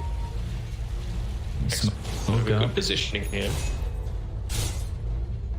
Himself in front of his team. Typically that'd be the role of Old 11, but he's still got a minute and a bit left on that more split cooldown. Oh, he's going to walk up into him though. That was a good scan from LGD. They might be looking to go aggressive. They've slowed themselves. They'll look over at SRF. They've got the glimpse all the way back into the hands of Somnus. So FY with Demonic Purge. Torrent SRF. He's swapped away, but right there is all the one hook shot hits. They've got the X. The Sonic Wave is through, but it doesn't kill off anybody. It just pushes them away. However, XM with re-engaged out. SRF Victoria gone. All the way. He gets denied by Chalice. FY got 2. Now with the Stone Gaze going after Ame. They've got the X. They've locked down the Spectre with the Torrent. A lot of problems here for Ame, and he's just in too far. Chalice on the killing spree. Jane kills Vex Nova. He'll be glimpsed back, but enough space between him and Chalice where I don't think he ends up going down. However, with the Shadow Blade X Torrent, maybe they have the control on a James. There's the Tidebringer with the X. Can he land Torrent? He is being very patient. There's John after the pull. Good job by him to get away. These teams just going either way, right? It feels like it's hanging on a knife's edge, and couldn't just be something as simple as that vision they had on that Radiant high ground in the jungle that could have turned things a bit more in LGD's favor. Of course, at that time, vision is at a pre.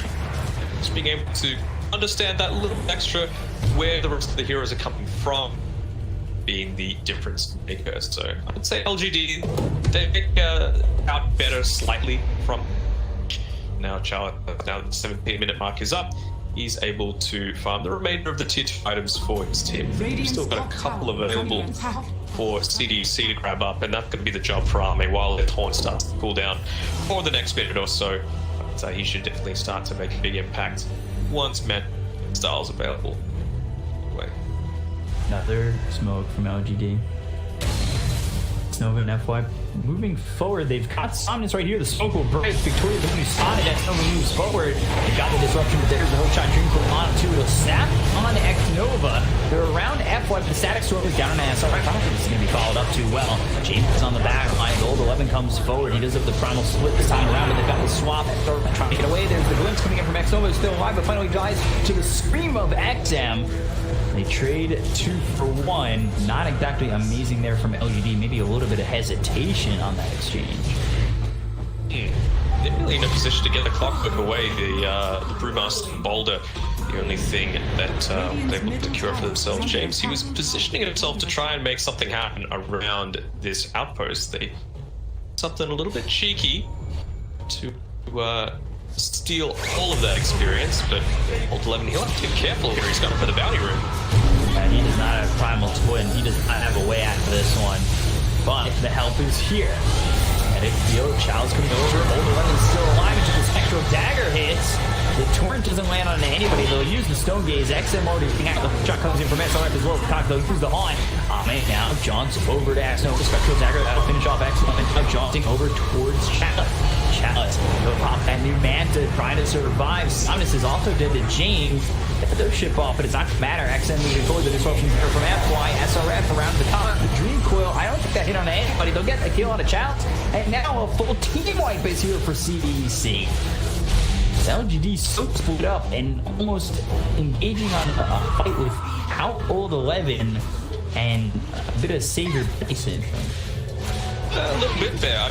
I can completely understand your vision. It almost seemed like that Dream Call not to no one. It hit the Deucer, but they perfectly timed the cogs so that he pushed him back out of it, gets that instant stun and the burn damage needed to take down the Deucer. So CDEC, their team fight's been on point when they've got the vision to make it happen so far. Yeah, that 2020 vision over there. Yeah. That blows my mind. Oh my god. Jesus, I'm in like a state of shock at the moment. Because it was that perfect, because it did not look like it hit to me at all. Wow. See, like I said, they've been slowly coming together as one unit, and that is something so hard to pull off that they've done successfully. The one thing maybe that they're a little bit concerned about is that they haven't been able to take the mid tower. That's something that is going to open up even more of the map for themselves, enable these smoke opportunities, have it a little bit easier rather than having to go through these narrow choke points up into the Radiant jungle. Sure, time around when you've got this Manta style available, and he's even gone a slightly more aggressive build with the Spectre. He's holding into a Diffusal Blade, only 700 or so gold away. So perhaps this is a little bit of a premature swim coming through, but no, he jumped right in. Good shot from SRF. He has been on it. And XM, he will be there to help get that kill out on old 11. Yep, Dream Coil onto the Shadow Demon as well as the Disruptor. Here comes Ame. Ame wants to get a couple more kills and up that farm, but again, Chalice and Somnus are very late to the fight. The Static Storm is down. They've got the X as well as the Torrent. They'll get SRF. They also use Stone Gaze. And maybe this is just to disengage out of this, but still got Haunt if they need to use it. They're happy to just take mid. Nice play as well there. Probably one of the easiest spells to do it on, but pushing out the glyphs with the Manta style was Ame, so able to continue the aggression there, not needing to pop the Haunt and just using that extra speed from the Spectral Dagger.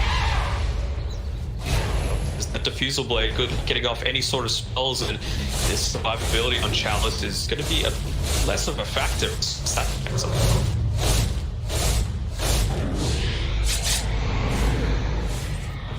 And just Ame's survivability is going to rapidly increase when he hits that level 20, the extra 400 health.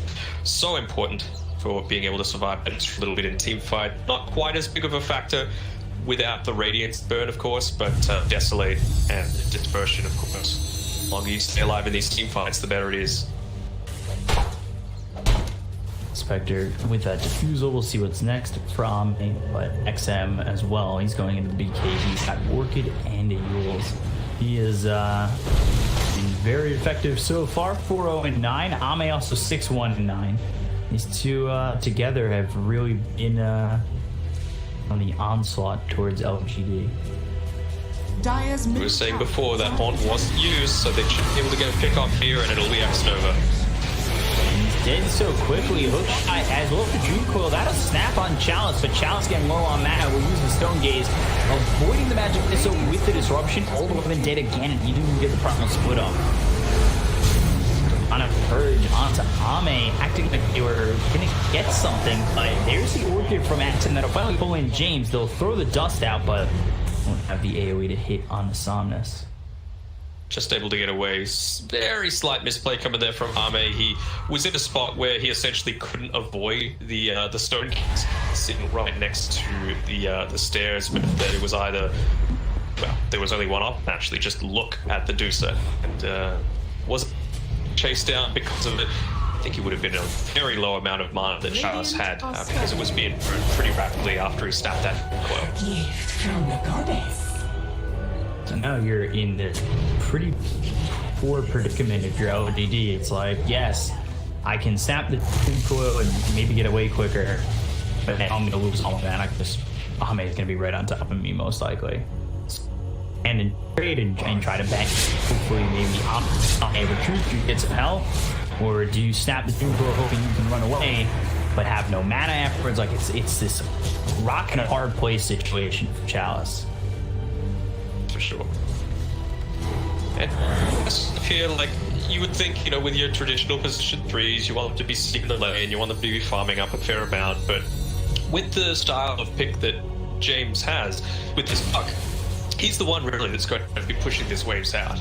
It was really just about getting SRF the farm that he needed in the laning stage, so that he could be this tacky frontliner, so that he could go for these, well, what might appear to be suicidal hook shots into the middle of team fights and not just be completely overwhelmed. XM might be in trouble on top though. X, they'll pull him back with the Ghost. They do get the kill here on the Queen of Pain, and it will be FY who claims his life, but big kill nonetheless. And something to add on the whole Clockwork Puck kind of duo going on here is SRF, you know, is backed off in terms of getting that worth a little bit here for the Puck to take advantage, and you see the difference where FY is only at 5,500. This is something that OGD does as well when they run the Enigma Clockwork. They'll have the Clockwork 4 get 6 as quickly as he can in lane, and Old 11 takes over with that Echo buff and becomes like a mad. They don't have buyback on this quad for 30 seconds, so expect he'll do his best to push this bottom wave out just to make sure that take some sort of trade out of it. But James shot right on the Old 11, and they've got the silence, but the disruption will save him. So can he get the final split off before he ends up going down? And there it is, just on the edge. Stone Gaze turned to stone is Victoria via ELO, and while he's forced to run out as they do lose FY. Child trying to stand his ground. This Roach is so low. They look over at SRF. The kinetic field will land once it's pulled back via the axe from Miss Kunka. They get the kill on SRF, and now Somnus in trouble. Invis on the run, trying to get out successfully. The trees. James just winning rifts. He gets the kill, and he illusory orb over him as the Sonic Wave from XM grabs Old 11. X-Nova. I don't think he gets out of this one either. James is right here ready to kill him with the illusory orb once again. Double kill for this Puck. And the Age is now into the hands of CDEC. Yeah, clean up the Roche on as well. It's looking pretty bad if you're an LGD fan. And I mean, SRF, he's just got balls of steel going right into the middle of these team fights. Somehow, even in that 4v5 situation, they're able to get a kill without losing anyone on their side until the Queen is there and available. So things going from bad to worse. And well, it's going to get even better for SRF as soon as he hits that level 15. He's already picked up the Crimson Guard now, so both him and his team are going to be a lot more capable to stand and fight against this Dusa. And you would think that he's going to get the extra 12 strength when he hits onto that level 15 too. So it's a handy stuff coming out for him. And James is halfway towards that Ag Scepter as well. Chalice was really hoping he can get his hands on the Aegis. I think that slows down the game enough where he probably gets into the Divine Refuge, but now he got Chalice in a situation where all he wants to do is slow down this game so he can get a Divine Rapier and be the last ditch SRF. Swap from Victoria, might give up his own life. Mystic Snake comes in. They got the Dream Claw on 2 on the Brewmaster as well as X-Nova to take out all of it by X-Nova. And the hook shot back in right on the Chalice. So Stone Gaze gets used, but Chalice, I don't know where you go from this one with everybody surrounding you. The Illusion's trying to do enough. We'll maybe get the kill here onto the bench, who survives with 40 health. Chalice dies again, doesn't have buyback. Victoria survives, and GG is called from LGD. CDEC take game 1. Dominant fashion to get James a fantastic go to that top round, and I think the real breaking point was the fact that they took that team fight, you swapped the bench in aggressively, Crimson Guard was popped, and even with Deuce and a couple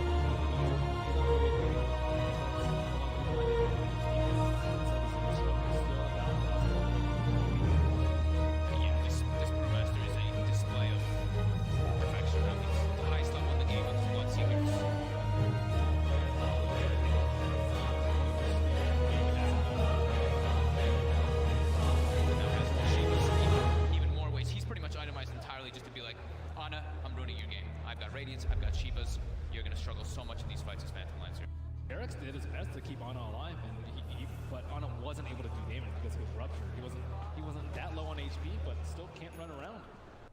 Seb. Oh, I'm as ninjas here.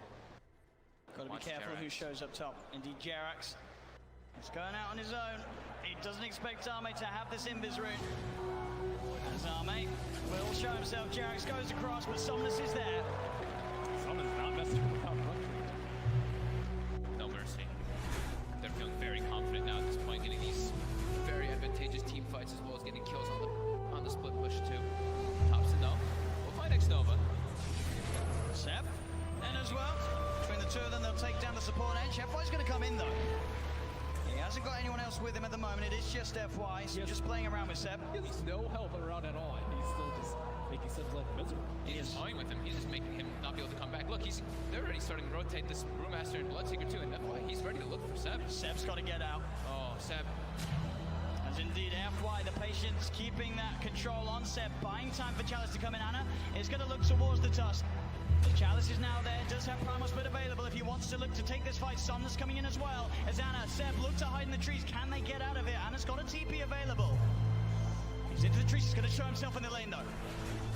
They're going to continue to head over. They are going to see Seb make it out in time. They don't have a stun. Ana, can he get out as well? He can. OG will avoid that rotation from PSG.LGD.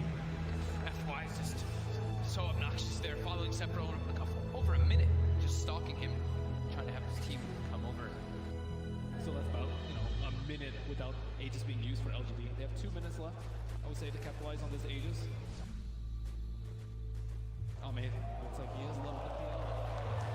Pretty much back to a 50-50. PSG.LGD 2-1 up at the moment in this best of 5 grand finals. 1 game needed to secure the championship title.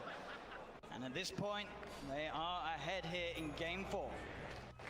No-Tail hasn't had time to gather a full army of Ancient Quakes. Right now, he just has the Ancient Black Dragon. You really want those other auras when you're at a big disadvantage with these team fights already. Yeah, it's tough though, because Jerax doesn't want to be following around his Chen, giving him the agony.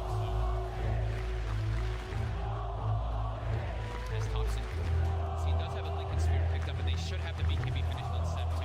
So that'll give him a little bit easier time to get those blink calls as he's been suffering to do so in the last few fights. And Somnus, I've Scotty picked up, about to be level 25 as well. Yeah, they just need a couple more minutes on the side of OG before they're ready to fight. Wait for Aegis to expire. Seb, he's in, gets the call, the character's going to get FY. There with the snowball save, he's going to be fine, and now they turn to look towards the axe. The taunt's going to be out. Seb goes for the TP, they've got the stun to cancel them. Seb held back for now. Thompson trying to offer his best from the side to provide some sort of safety, as he will get Seb back. They're able to get Seb back to safety, and Thompson is running away. X-Nova's there with the wraparound, gets the slow up, gives the vision for the snowball. TP from No-Tail's coming in towards the shrine, but Thompson, he's trapped.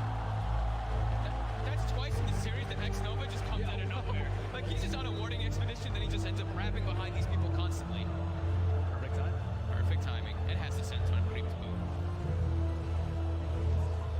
And look at these deep wards that he's placed during that time that he was running around doing so. He now has full vision of OG. Yeah, he sees Ana farming these Ancients right now. Oh, Ana. FY just giving so much information for the team. He's got eyes on him. Get the punch on the wrong target, but the snowball pass will catch Ana. Ana, he's in trouble. The blood right silence connect. He's got the match to back up in a second, but can he really play his way out of this one? He cannot. Ana down for a minute and a half. Just having all this vision. X-Nova throughout this whole tournament has had the best vision in every situation, even when you wouldn't expect it. They're just like, oh, they're fighting on the left side. They're not going to have vision over here. But no, X-Nova always seems to have those prepared in every situation. And he has some incredible foresight to be able to have these wards that just lead to really clutch pickoffs. And Axe has not spent his money on BKB. He has the money, but he might be looking to save for buyback. We'll see if any of the buybacks do get forced out. Thompson's still dead for 15. Ideally, he doesn't buy back it. They may have to buy back on Ana. He's gone for 50 seconds. The split coming out from Chalice. He's ready to push in, look for the stun on No-Tail to hold back the Chen. As the mid-racks are exposed, PSG.LGD, 40 minutes in, able to open into the base and clean out this mid lane of racks. Still Ana holding on to that buyback. And they're going to keep going here. They really want to force this PL to come back here. Stun onto Thompson. He will blink dodge it. But another tier 3 tower falling incredibly fast. They really don't want to use it. Seb jumps in, gets the call onto FY. There's the buyback. The Cataclysm isn't enough to do anything. It isn't. PSG.LGD still fighting strong. Thompson getting focused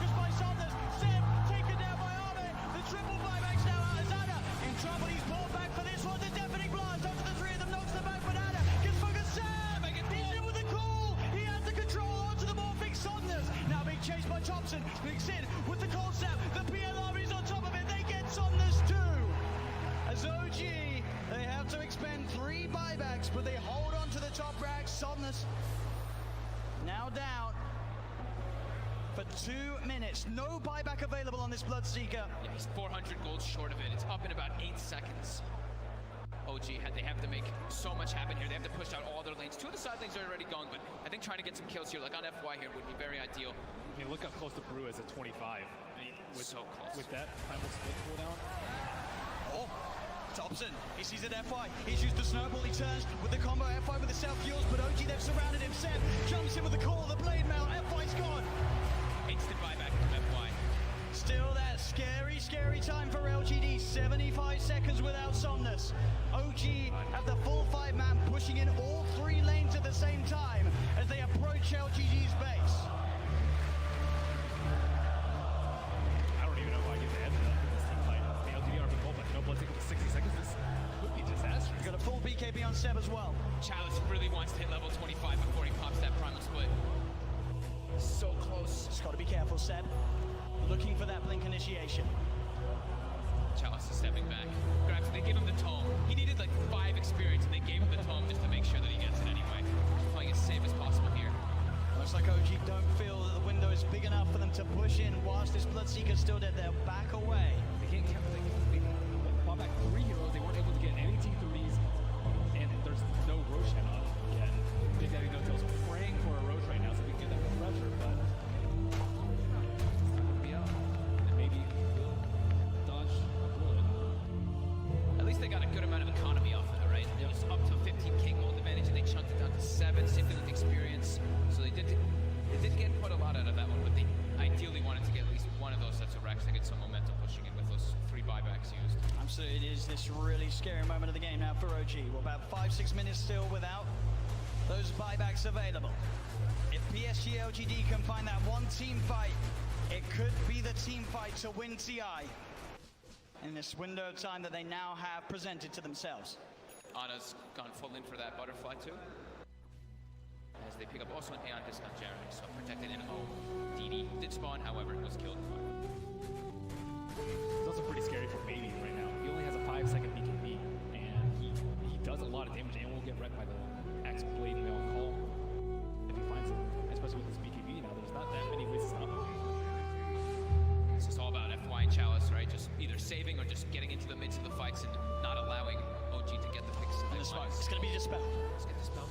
But it's He's in the trees, they're on the high ground, they've got the vision with the Shiva's covered, Anna's on his way over, they've got the snowball down, there's the Catapult Seb, jumps in, he's able to find the call onto Challenge, but Challenge already got the BKB out, the Sunstride's going to be down onto FY, but FY will survive. Seb pots the BKB, he'll try and stand his grab, but Seb, he's going to go down, no buyback on the axe, as Jarex as well, surrounded by PSG.LGD, the Eon Disc will proc, but they'll fight through it.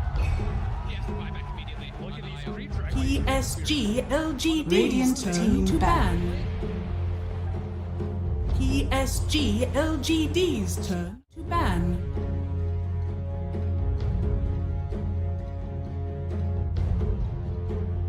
Radiant team ban.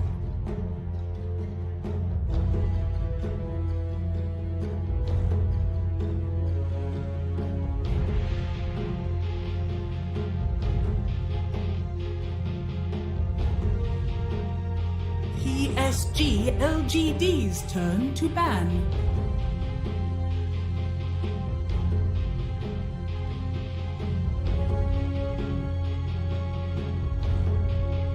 Radiant team ban.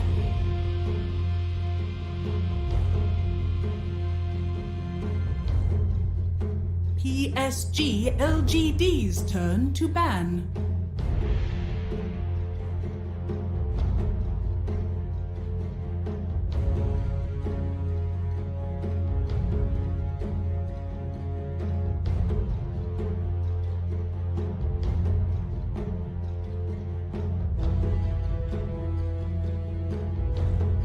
Seconds remaining. 5 seconds remaining.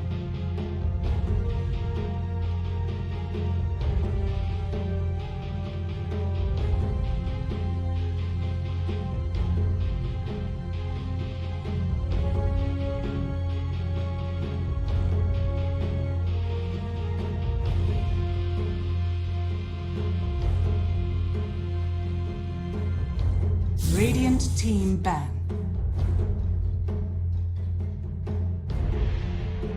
PSG.LGD's turn to pick.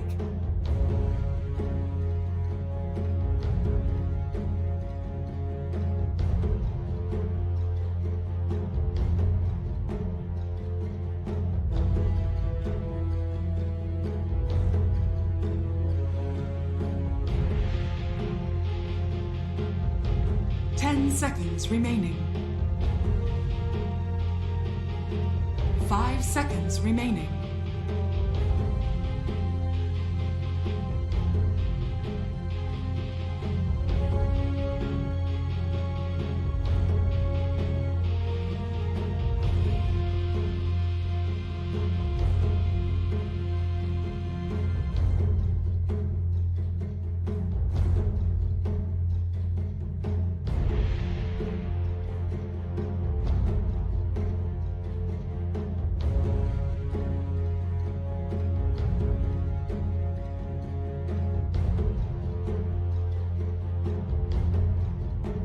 Radiant team pick.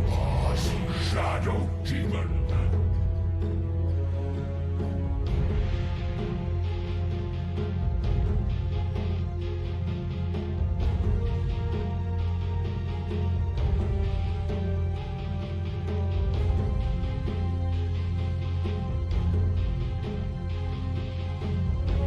10 seconds remaining. 5 seconds remaining. Radiant team pick.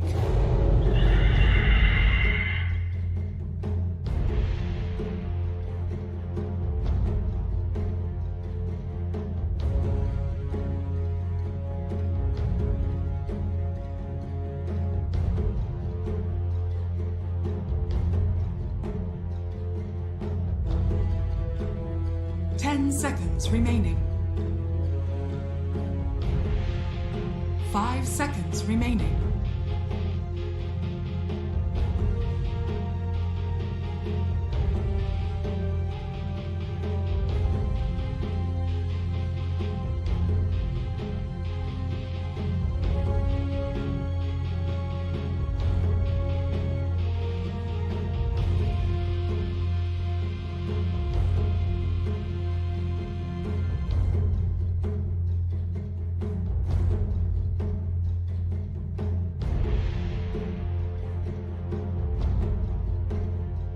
PSG.LGD.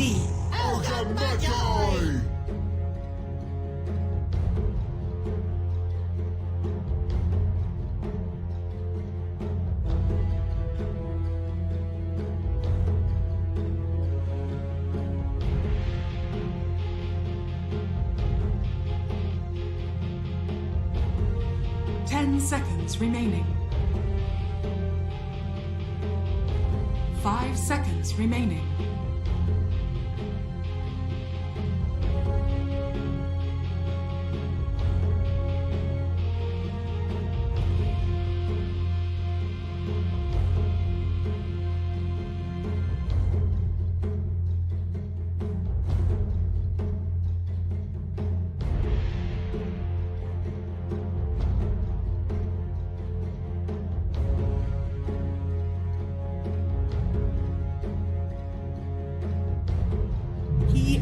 PSG.LGD's Nirana.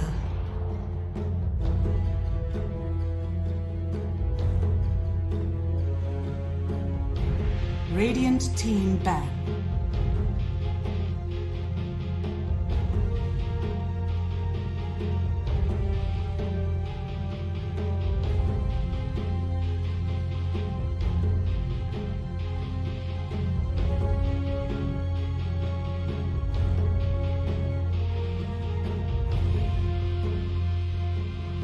Seconds remaining. 5 seconds remaining.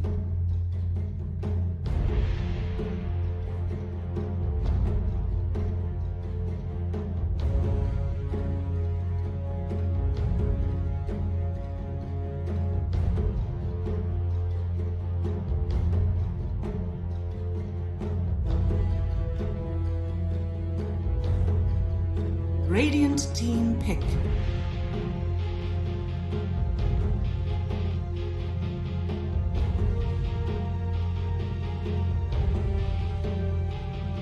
PSG.LGD. Void incarnate.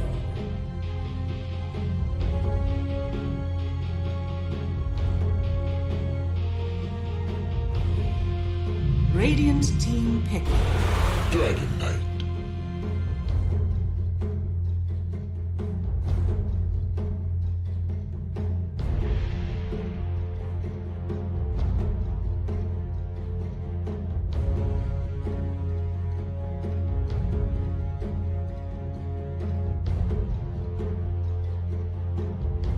Seconds remaining. 5 seconds remaining.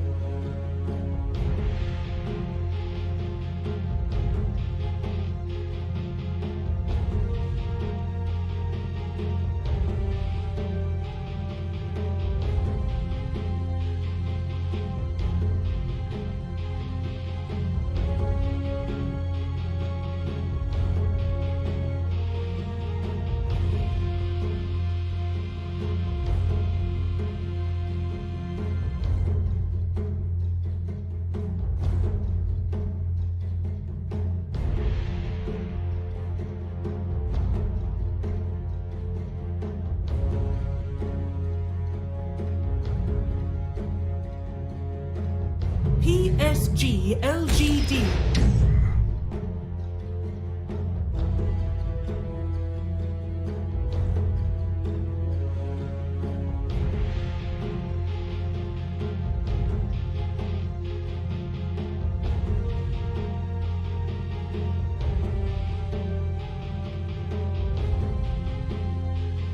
Ten seconds remaining.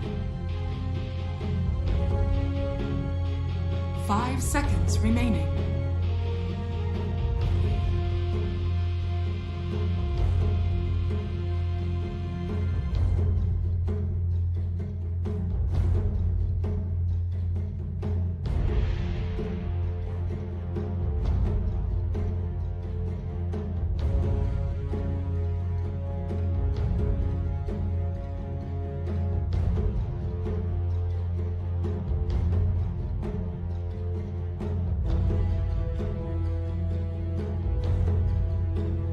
Radiant team back. It's a warrior.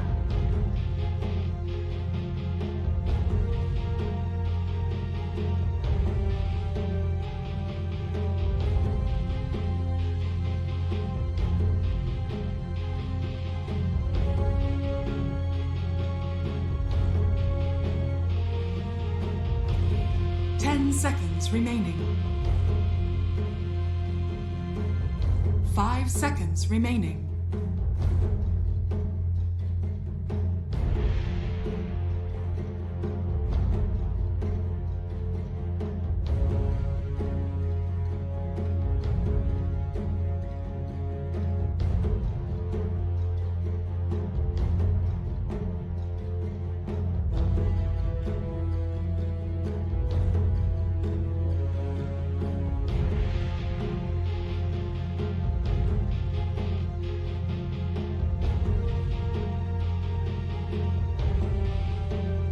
PSG.LGD's turn to ban.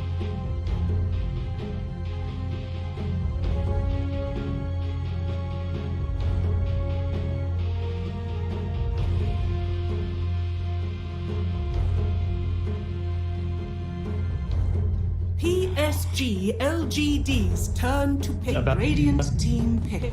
Just because I feel like they might be able to get kited out, and they go Centaur. So offlane Centaur gives you lockdown options with, you know, you've got the combination of the Shadow and the Mirana, Dragon Tail, and now the Host Stomp, something that's tanky and can frontline and actually help you with the Stampede too. But I wonder if maybe the Earth finds himself getting kited a 10 bit. seconds remaining.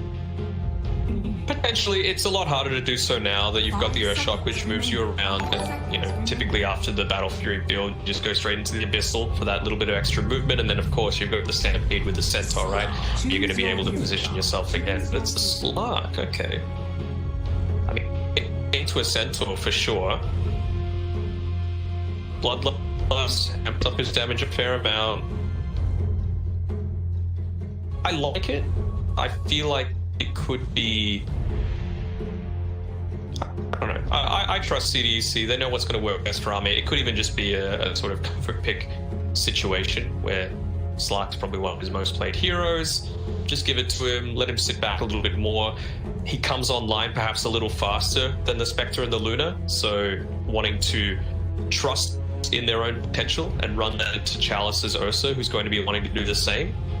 And well, this time around we've got FY on a bit more of that playmaking style, right? He's going to be able to hit his arrows, try and take more of the offensive positioning in these team fights, and leave X Nova to the defensive style. So we'll see if FY can be that playmaker for this game. Going back to Ame on this Slark, Lifetime has a 66% win rate on Slark in competitive play. It's hard to compare that to the Ursa straightforward. I think that may not be fair, just because Chalice has obviously taken a 3 role for most of his career. But being on LGD certainly helps with that Slark win rate, let's be fair. But that's for sure. For the majority of armies, I don't know. I like LGD's draft better than I did in game 1. I'm just worried about this old 11 Centaur, because Centaur's one of those heroes that you have a small ability to come back by just going into the jungle, farming up a little bit with your Retaliate, but it's rough to come back from a poor start, and I feel like this Slark Ogre is going to enable that to super easy for them. So I think what they're going to do is they're going to toss up 3 heroes into the top side of the map here on LGD and hope that they can get an early kill, get that first blood, and use that to potentially swivel into a bit more lane success than CDEC are wanting. So I for CDEC's sake, they're going to position themselves quite defensively before that 1 minute mark to make sure that doesn't happen. Setup ends up being House is going to go for them. With Ame on this Slark, I could see CDC working early a bit. With the Void Spirit and maybe the Doom, they're level 6 here for CDC for Void Spirit, Doom, and the Phoenix. Seems like it could fight without the Slark. Is this a Slark game where we're seeing Diffusal now looking to fight? Ooh, actually, hold that thought. LGD trying to go to the high ground with 4 heroes, but I don't know if they expect to run into the entire CDEC lineup. X Nova, he goes down. They might lose Saunus too. Already one permanent agility. They've got the Ignite. Oh, jeez. Is Ame gonna die for this? He wants it. And when Saunus burns out to Victoria, I can't believe this is. I've never seen this early before. 3 kills before the horn. Another bone's on my Chinese Toto, let's go. That's exactly what you want to see. I mean, that's the thing. CDC had to read on exactly what LGD needed to happen to be able to give themselves an advantage to try and get at least a neutral position coming into that mid game. And positioning themselves perfectly, they put the Ogre on the front lines, and you saw exactly what happened. I don't know if, especially the way we've seen teams be very passive sometimes with bounty runes. I don't know if they were expecting all 5 heroes to be right there, but they were going for a similar play themselves. Just maybe expect the worst. Yeah. Gosh. So I think continuing from that, I still feel like this game is CDEC's, just based off what we think is most likely to happen. But if LGD are able to get a good game for Old 11 out of this, they've got a very good shot. Of course, coming in with that free Agi. Just one though, nothing too crazy, but it is a quick start on something that maybe a little bit later down the line will start to feel. Victoria just using that Ignite, throw some harassment out there, has 2 magas to work with. The question becomes, does he go to the Fire Blast level 2, or is it more on the Bloodlust? They'd love to have maybe a little bit of lockdown to add to Slark, who you see go Pounce level 2. But I wouldn't be too upset going Bloodlust, having Pounce who've got the little lockdown that maybe you want with the Ignite Harass. They're doing a good job to deny up a lot of this experience away from Arme, just to allow him, well, this aggression from Victoria is allowing him to get some semblance of fun. Finally hits up onto his level 2. My concern with Victoria here is that if you want to go into the Fire Blast, you just don't have the mana pool to sustain two abilities like that. So maybe just running into the Bloodlust gives him the extra movement speed, the extra attack speed could be a difference here as well. And there's the Ignite, there's the Pounce leashing to go on to hold 11. They need one more shot. Instead, the Ignite will burn him out. Now FY, it might be his turn. He does not have Leap. He went Arrow, Starstorm, pretty greedy of a build there for this Mirana, and one more shot, the body blocks from Victoria to allow Ame to get it, and all of a sudden, 3 permanent agility very quickly. Yeah, this ain't looking good for LGD. That is not the start that you want to give an Ame slug. Victoria just positioning himself again. Got a TP coming through here onto the outpost instead of the tier 1 tower, so maybe trying to get a long range arrow in. Even then, I feel they don't have the damage to take someone out. You're doing with an Ogre with 7 armor. He's not easy to kill. And they won't go for the arrow onto either of these heroes here for CDEC. Pounce leashes. Dark Pack just yet. Done 2 into the Essence Shift to look over at FY, and you can just feel these shots already. I mean, give him the Essence Shift, and all of a sudden, you really can't stand in this lane. He's gotten the second point, so the duration's double. It's 30 seconds, where you might not feel comfortable with 5-6 stacks on Essence Shift. Once he goes into a Pounce, he's really going to start wailing on you. Be careful. No, again, he could opt to use it. They know that he doesn't have the leap available on FY, but just not wanting to dive into a full creep wave just yet. I really like Victoria's positioning as well. Even when nothing is happening, you know FY wants to try and make things go a little bit more in their favor in terms of some golden experience with arrowing that large creep in the large camp. Victoria made sure he was standing right next to him so that he split the experience 50-50.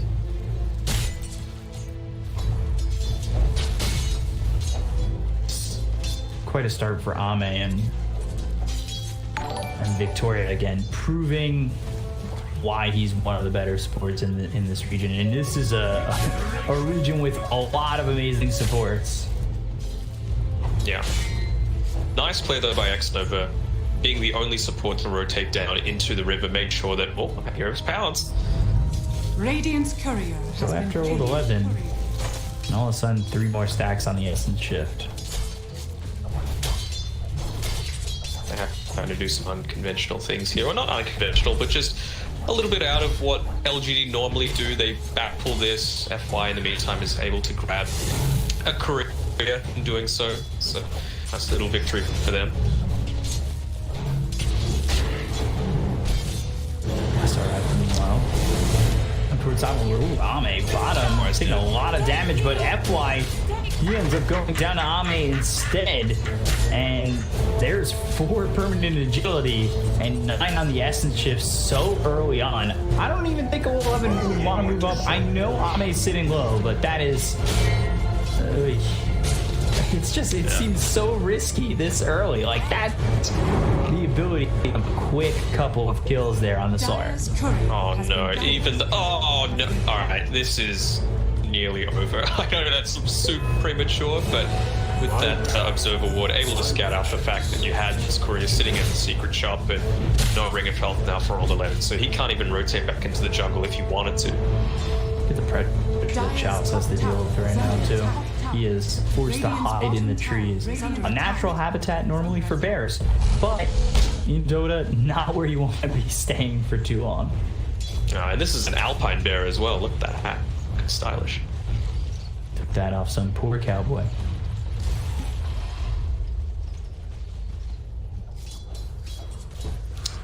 Well, this is really tough for Chalice. Now he's got both FY and Xnova here, so maybe they can make something out of this. Dire's courier has been trying to make something happen onto Somnus. Uses the Astral Step to kill the courier. This could be a dead dragon.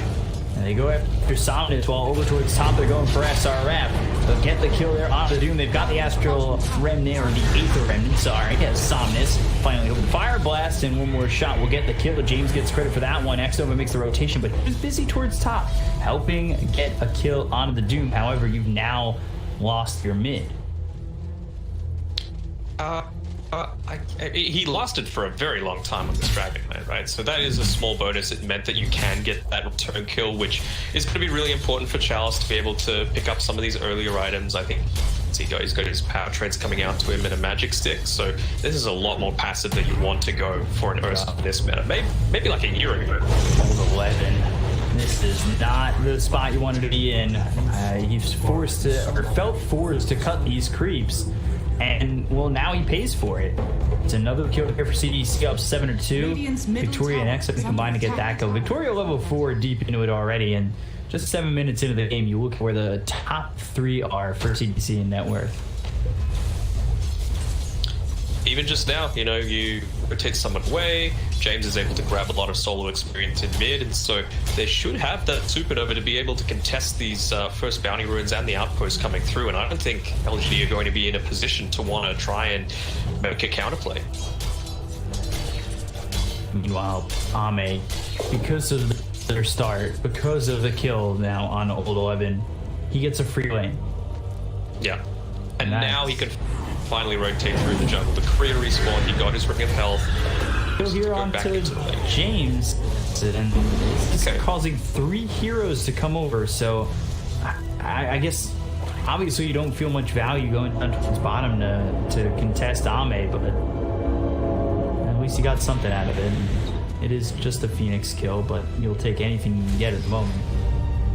Yeah, you could tell that a Centaur typically doesn't want to level the Stampede up this early, but just with how aggressive CDEC are being, you need that getaway potential with, just see here, SRF, he's positioning himself forward inside the dire jungle, and he's got 3 people chasing after him, and you don't want to be popping this Stampede offensively, but I mean, they just get nothing out of it.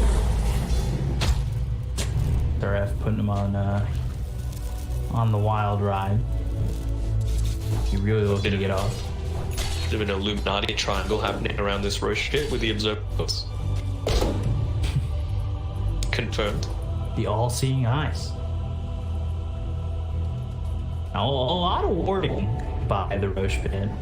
Surprising amount this early, but I guess maybe the fear is there that Chalice would be gutsy enough to go for it. I don't think he's got the lineup to be able to do. Like, he's forced to go away from this Battle Fury just because he realizes these timings are going to start happening for CDEC, and you can't play that passive role like he tried to last time around. He needs to go Basher. He needs that extra movement, that extra lockdown. Like, he's just forced to run by this pressure coming through from CDEC rotating in. Radiant's middle tower is under attack. Both outposts. Ooh. Oh, this is big. Maybe if XM stuck it, he was able to get that outpost, and they'll take Victoria's life now, but I think wisely enough backs off that. We'll get 1 outpost, be happy with it. Old Lemon's going for the second, or he's considering it, but backs off. Certainly tough against Ame, who is in. And Descent stacks start to get high. You really find yourself in a lot of trouble. The hoof stomp comes in, but now what else? Because Ame doesn't commit. And Pounce is only on 8 seconds longer cooldown. They got a Doom out onto this Ursa, and now the stun is in. Ignite over. I don't think that's going to be enough to get Chalice unless you have a little bit of help, and there it is from James. They'll finally burn out the bear. Victoria looking over as the Fire Blast comes in and Amplify. They've got the Supernova down. Somnus trying to make something happen, but there is the Stampede. They get the kill on the Amplify. The contribution from Ame. Ame is on one this game, and now the Aether Remnant. X-Nova comes in to put the disruption onto the Slark. That means they can't stop the TP of this DK. Not that they can stop it anyway with Pounce on cooldown, and X-Nova will run into the hands of Ame, who has now got 5 permanent agility and has found himself at a quick, fun 3. See you later, X-Nova. Doing the right thing, giving his life to make sure he's for a little bit, and making a really aggressive move here. An arrow hits on the Void Spirit. I think, honestly, I don't know if they were really expecting the arrow to hit there, but they get 2 kills as they take XM and SRF's life. sort of thing that you do at this stage of the game, right? You're playing from behind. You need to try and go for the unexpected and to throw back to Sing Sing days. Like when he was playing Piranha, he finds it easier to hit arrows against people that knew what they were doing as opposed to people that didn't, because you just expect them to be in the logical position. Dire's top tower is under Radiant's bottom tower has fallen. Game tilts back towards even. Dire's top tower. Ame takes the top tier 1. He is just a couple hundred gold away from finishing off this Shadow Blade. Dangerous, particularly if you're FY, right? You have the damage potential to even burst him through without that leap being a factor. You're not going to be building into something like a 4-star on this Piranha, so just gain potential there. Dire's middle tower is under attack. Do you think the Shadow Blade is going to be better than potentially that Diffusal that I was thinking maybe would come out for stars? I'll have to go for both, to be honest. Just wants the Shadow Blade first to be able to snowball into it, maybe just put some additional pressure onto Chalice, maybe allow this Accept to be built up by XM. Sure, it's great to be this Slark and you've had a fantastic early game, but unlike the Void Spirits that we've seen thus far today, you need to make sure that he has that mid-game influence. And he's already got the Staff of Wizardry. Might be expecting the move into the Yule set to Wise to purchase that one up first. But I think I agree with this rush if they're able to get the army space creation going on. Ame with Shadow Blade, let's see if he can find anybody out. Old 11 not coming south near the Slar.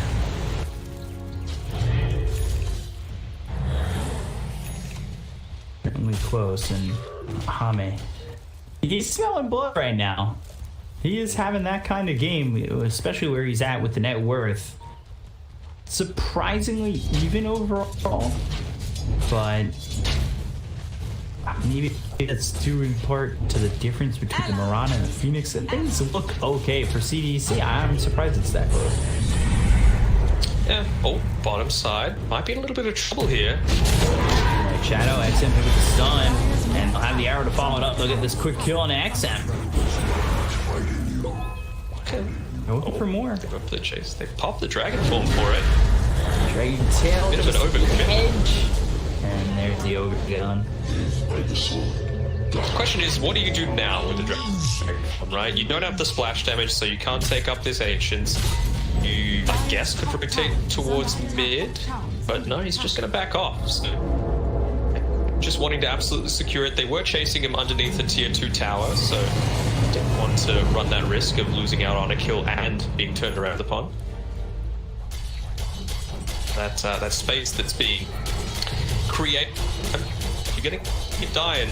It's not quite as effective, right? Like this Shadow Blade build doesn't help all too much with farming. The attack speed is nice, but you need to be getting kills with it as well. Another smoke here coming out from LGD. You just need to put their foot in the throat right now. Look over and right on the Samus with the arrow. It's on SRF for the dissimulate. I think anything going. Doom is out on the center, but maybe not the person you would want to go after with that Doom. I would say maybe more Somnus. The disruption from X over the bounce leashes. Ame continuing forward will get the kill on the 1, but that's all for now. Centaur eating the Doom and being okay. Yeah. Perhaps a little bit too defensive of a supernova coming out from James. I thought he might be wanting to pop it up onto that high ground, give a little bit of extra vision, and really at this stage you don't want to be fighting to this slug, so I don't think LGD were in any sort of position to try and turn around and kill the egg. Over towards Chalice. They've got vision on him. With this courier going down would be a big deal, but no, he's going to be able to position himself that he does get the bash delivered. Blast on Centaur, Sunray right there, but they've got themselves a hoof stomp. FY making that rotation too. You're with Samus, so Victoria is dead for the 5th time, but I think he'd rather be dead than anybody else, that's for sure. Radiant's middle tower is under attack. Ame's going for a stun. Are fortified. Not into the refusal. Do you see him finishing off S and Y, and then is this the right build that you think, the Sark should go for? It depends what it ends up being, right? Like with the Sanj, you've always got the potential of converting it into a halberd, which is nice against the Ursa. It forces it to go into that BKB a little earlier, or can even punish a slightly slow BKB usage, because if you get the disarm off before the BKB, it still works. But I don't know, I feel like you've got control over this game and you don't need to go that defensive. So SMY is probably the way to go. I just feel like something, I don't know, a little more aggressive might be the ticket. A small adjustment. My next Nova here, they've got vision. He's going to be able to scout that out.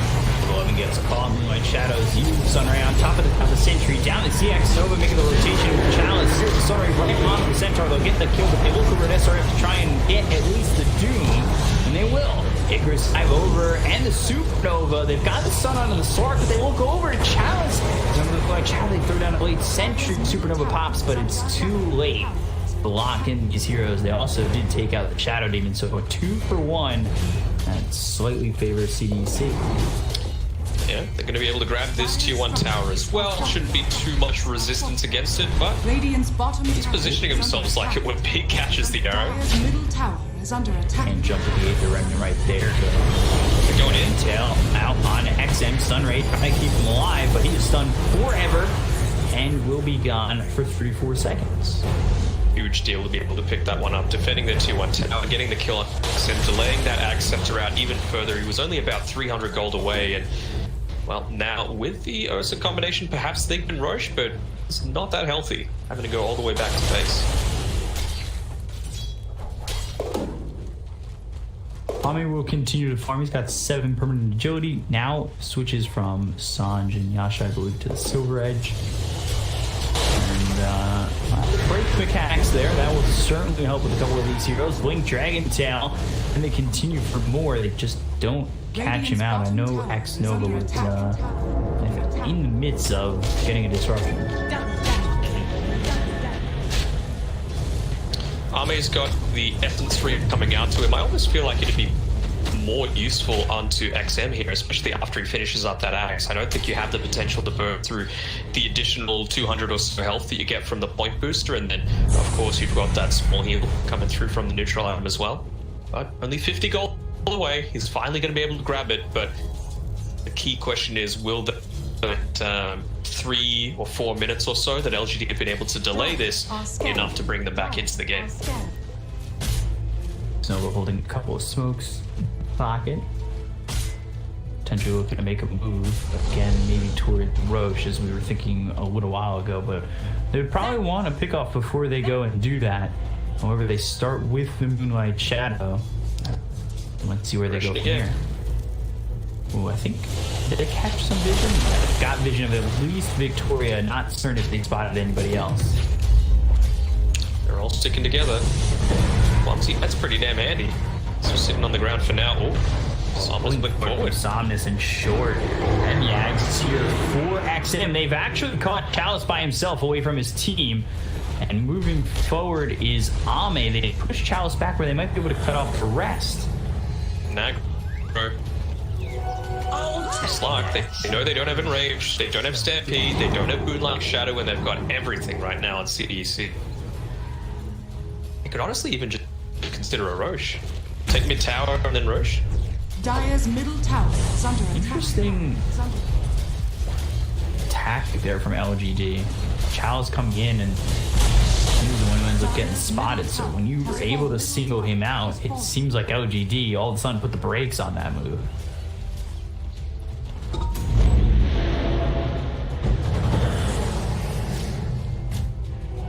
Silver Edge, not terribly far.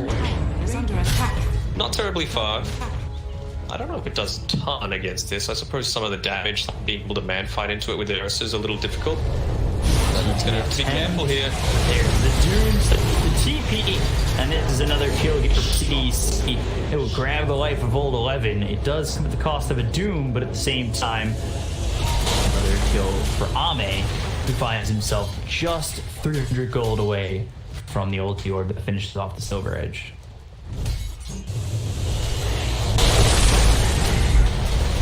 after this Essence Ring on the Slark, they've got basically the perfect neutral items right now on CDEC. Ogre needs that little bit of extra cast range, and the mana regen is always nice because Fire Blast sucks in terms of cast range.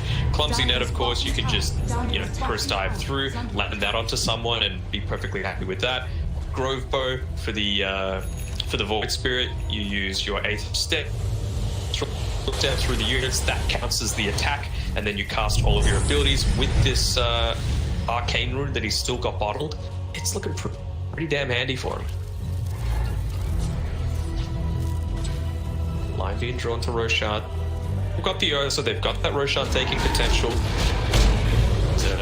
It's just about getting that Battle Fury, sorry, not Battle Fury, Black King Bar online for Chalice next. You probably feel more comfortable with Radiant's that top BKB. You know, tower is first the under line is attack. drawn, and they're going to start to posture that way. So it's without the BKB, and maybe a little bit difficult, but they go for the arrow on XM and ends up hitting the Ogre. Dragon Tail hits onto Ame. Got the Fire Blast on Old 11 for from SRF. Spirit Vessel, Stampede, they're going the other way. SRF loses life very quickly. Chalice moves in, goes after the Ogre, the Aether Remnant, and now XM can he get anything out of this one? Supernova on the backlines, Chalice is there, one more shot, no! Supernova goes off, oh dear, Chalice! He ends up dead. Sunray on an F1 with the Spirit Vessel on him. X-Nova's going to try and TP out. Do they have an Aether Remnant? No, they don't. But back towards bottom, Old 11 being chased here by Ame. He's got the break, he has the pound to leash him up and get the kill. Double kill for Ame, and all of a sudden CDEC feel like they are running away with it. Yeah, just these little differences, right? You had X-Nova helping, trying to kill that egg, but perfect positioning there, forcing him to use the hop down onto the low ground, and that was the split second that they needed to get that egg to pop. That's Clumsy Net doing the work as well in that team fight, making sure that they weren't able to just easily rotate through. SRF, it's unfortunate for him as an individual player, right? He's like, man, I just keep dying most of the middle of these team fights, but he tanks up so much. He's got status resist, he's got the evasion from the Heaven's Halberd, he's of course a Doom, so he's inherently tanky himself. And really, what do you do against it? Yeah. That's wild. Immediately doomed. He was running without any care for his own life, and Victoria was the one who caught him out. They get the kill on X-Nova, they'll find Chalice once again. That feels like such a move made out of desperation, and God, it goes wrong. It was, like, he doesn't even get off the Enrage in time, so he doesn't get that increased status resist to contest. He sold, I'm pretty sure, a bunch of items so he could just afford that BKB for that team fight, having lost some from the previous engagement. So it's looking dicey, and they're just continuing to push forward now on CDEC. LGD on the back foot once more. Tier 2 they go. Well, look at this courier wave coming through. 9 mangoes on the Ogre's courier. It's going to be an S and Y for Ame as well. Then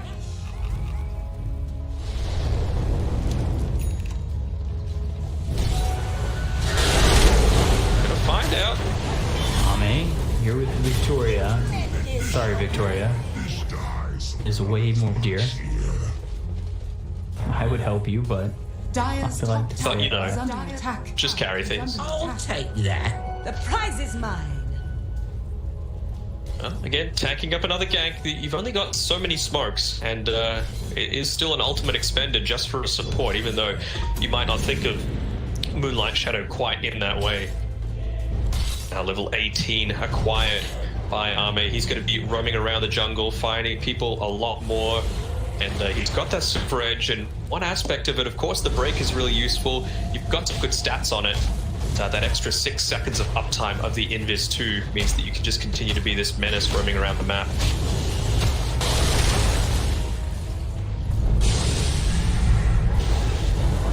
how much you can bring this back? It's a tough road, and here comes Ame, but Does he have enough? The Fireblast hits onto the Centaur. They've got the rest of the team here for the side of CDEC. They'll get the kill. The Centaur uses the Stampede before he ends up dead. XL on the run. He survives, but the Stampede, it ends up down the steps. So Ame, he's going by the tier 3. And even the tier 2 yet. SRF again, he's the one who ends up falling, but the damage onto Ame with the Essence Ring takes a little bit longer.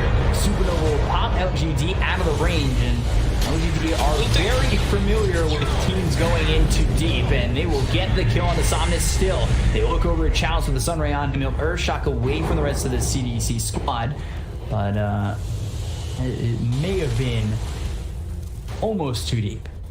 Yeah, hanging on by the skin of their teeth. Poor FRF, it just feels like he's lacking that tiny little extra bit of survivability. I think he's going to be so much more confident when he finishes up this BKB. He didn't get off the War Stomp, didn't get off the Doom. Don't think he even got off the Halberd. He was just chain stunned from 100 to 0. So there's it's a bad sign for LGD that there's still room for CDEC to improve how they're taking these engagements. Dire's structures are fortified. This is a 9,000 net worth lead here for the side of CDC, and it is such a struggle to get back into this one. They're hunting. They have to. They're like, we need to get a kill onto this slug. He's going to walk underneath the sentry ward. Bit of a concern. He knows that it's there though. But it's a fake back. Got him mounted, which is up. After the Centaur, they've got the Aether Remnant. They'll pull him in. The Sunray is there. They'll get the kill on Old 11. Now they look over at FY.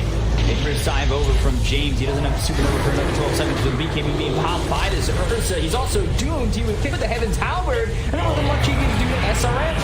He's never been so happy to halberd a bear.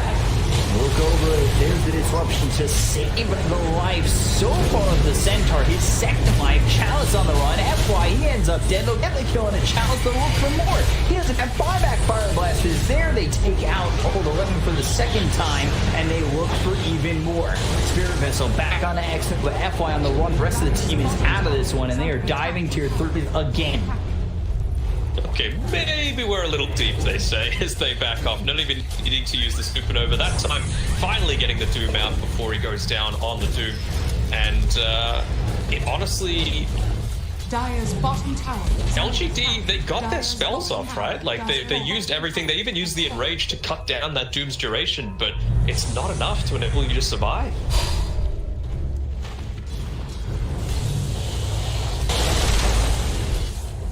So hard for them. It's looking rough. Similar sort of game time as well from the previous series that we were seeing, that 27 to 30 minute mark, and already knocking on the door of the tier 3s. Happy enough to go back for now, and XM, he's got the luxury of going for a Kaya and Sanj. Haven't seen that one for a while, but realizing that perhaps earlier in the game he was dying a little bit too much for his liking, wanted the extra status resistance while still being able to amp up his own damage. Oh, the ult destruction as well. Okay, well now that's the Slarks, so he's going to be doing even more damage. Gosh. So what does Doom have? Doom's basically the only one that doesn't have the perfect item. Oh, and okay, they've got a Paladin sword too. This is ridiculous. I wish I had this back at Reef. EKB on SRF. Great neutral items coming out. Supernova available. Reaver picked up. I suppose that's the one danger. Slark dies with no buyback. Okay, take a couple of towers. Roshan could potentially spawn in 1.5 minutes. He's getting closer to getting even just that Satanic for himself. Only 1,000 or so gold away. Making the aggro plays. Standing behind. Dragon Tail. Ame some trouble. He's getting down very low, and he doesn't end up dead. Oh my god, he just survives on the edge of life. They shot the Doom back out on a Chalice. They will lock him down and get the kill. Both of them gone. Both of them without buyback. Counter that aggression with ease. Was their one chance. Perfect positioning from James there. Gets the Sunray off immediately, enabling him to survive just long enough to pop that Shadow Dance, and just lacking the damage right now. For Chalice, only has the Skull Basher, the Power Treads, and the Javelin, so could have maybe gotten a little bit more lucky with some of those procs, but it's wishful thinking at this point. Tier 3. Raft soon to follow. Dyer's middle barracks. Dyer's middle barracks has fallen. Radiant's top tower is under attack.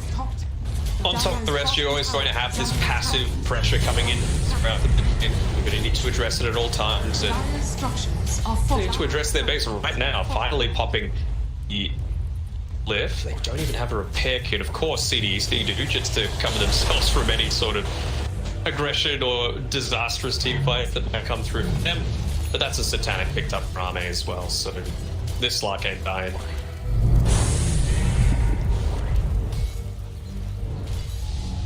On XM as well, so he's gone for the spell amplification. They just want to win again right now. They're throwing Arme onto the front lines. This could be it though.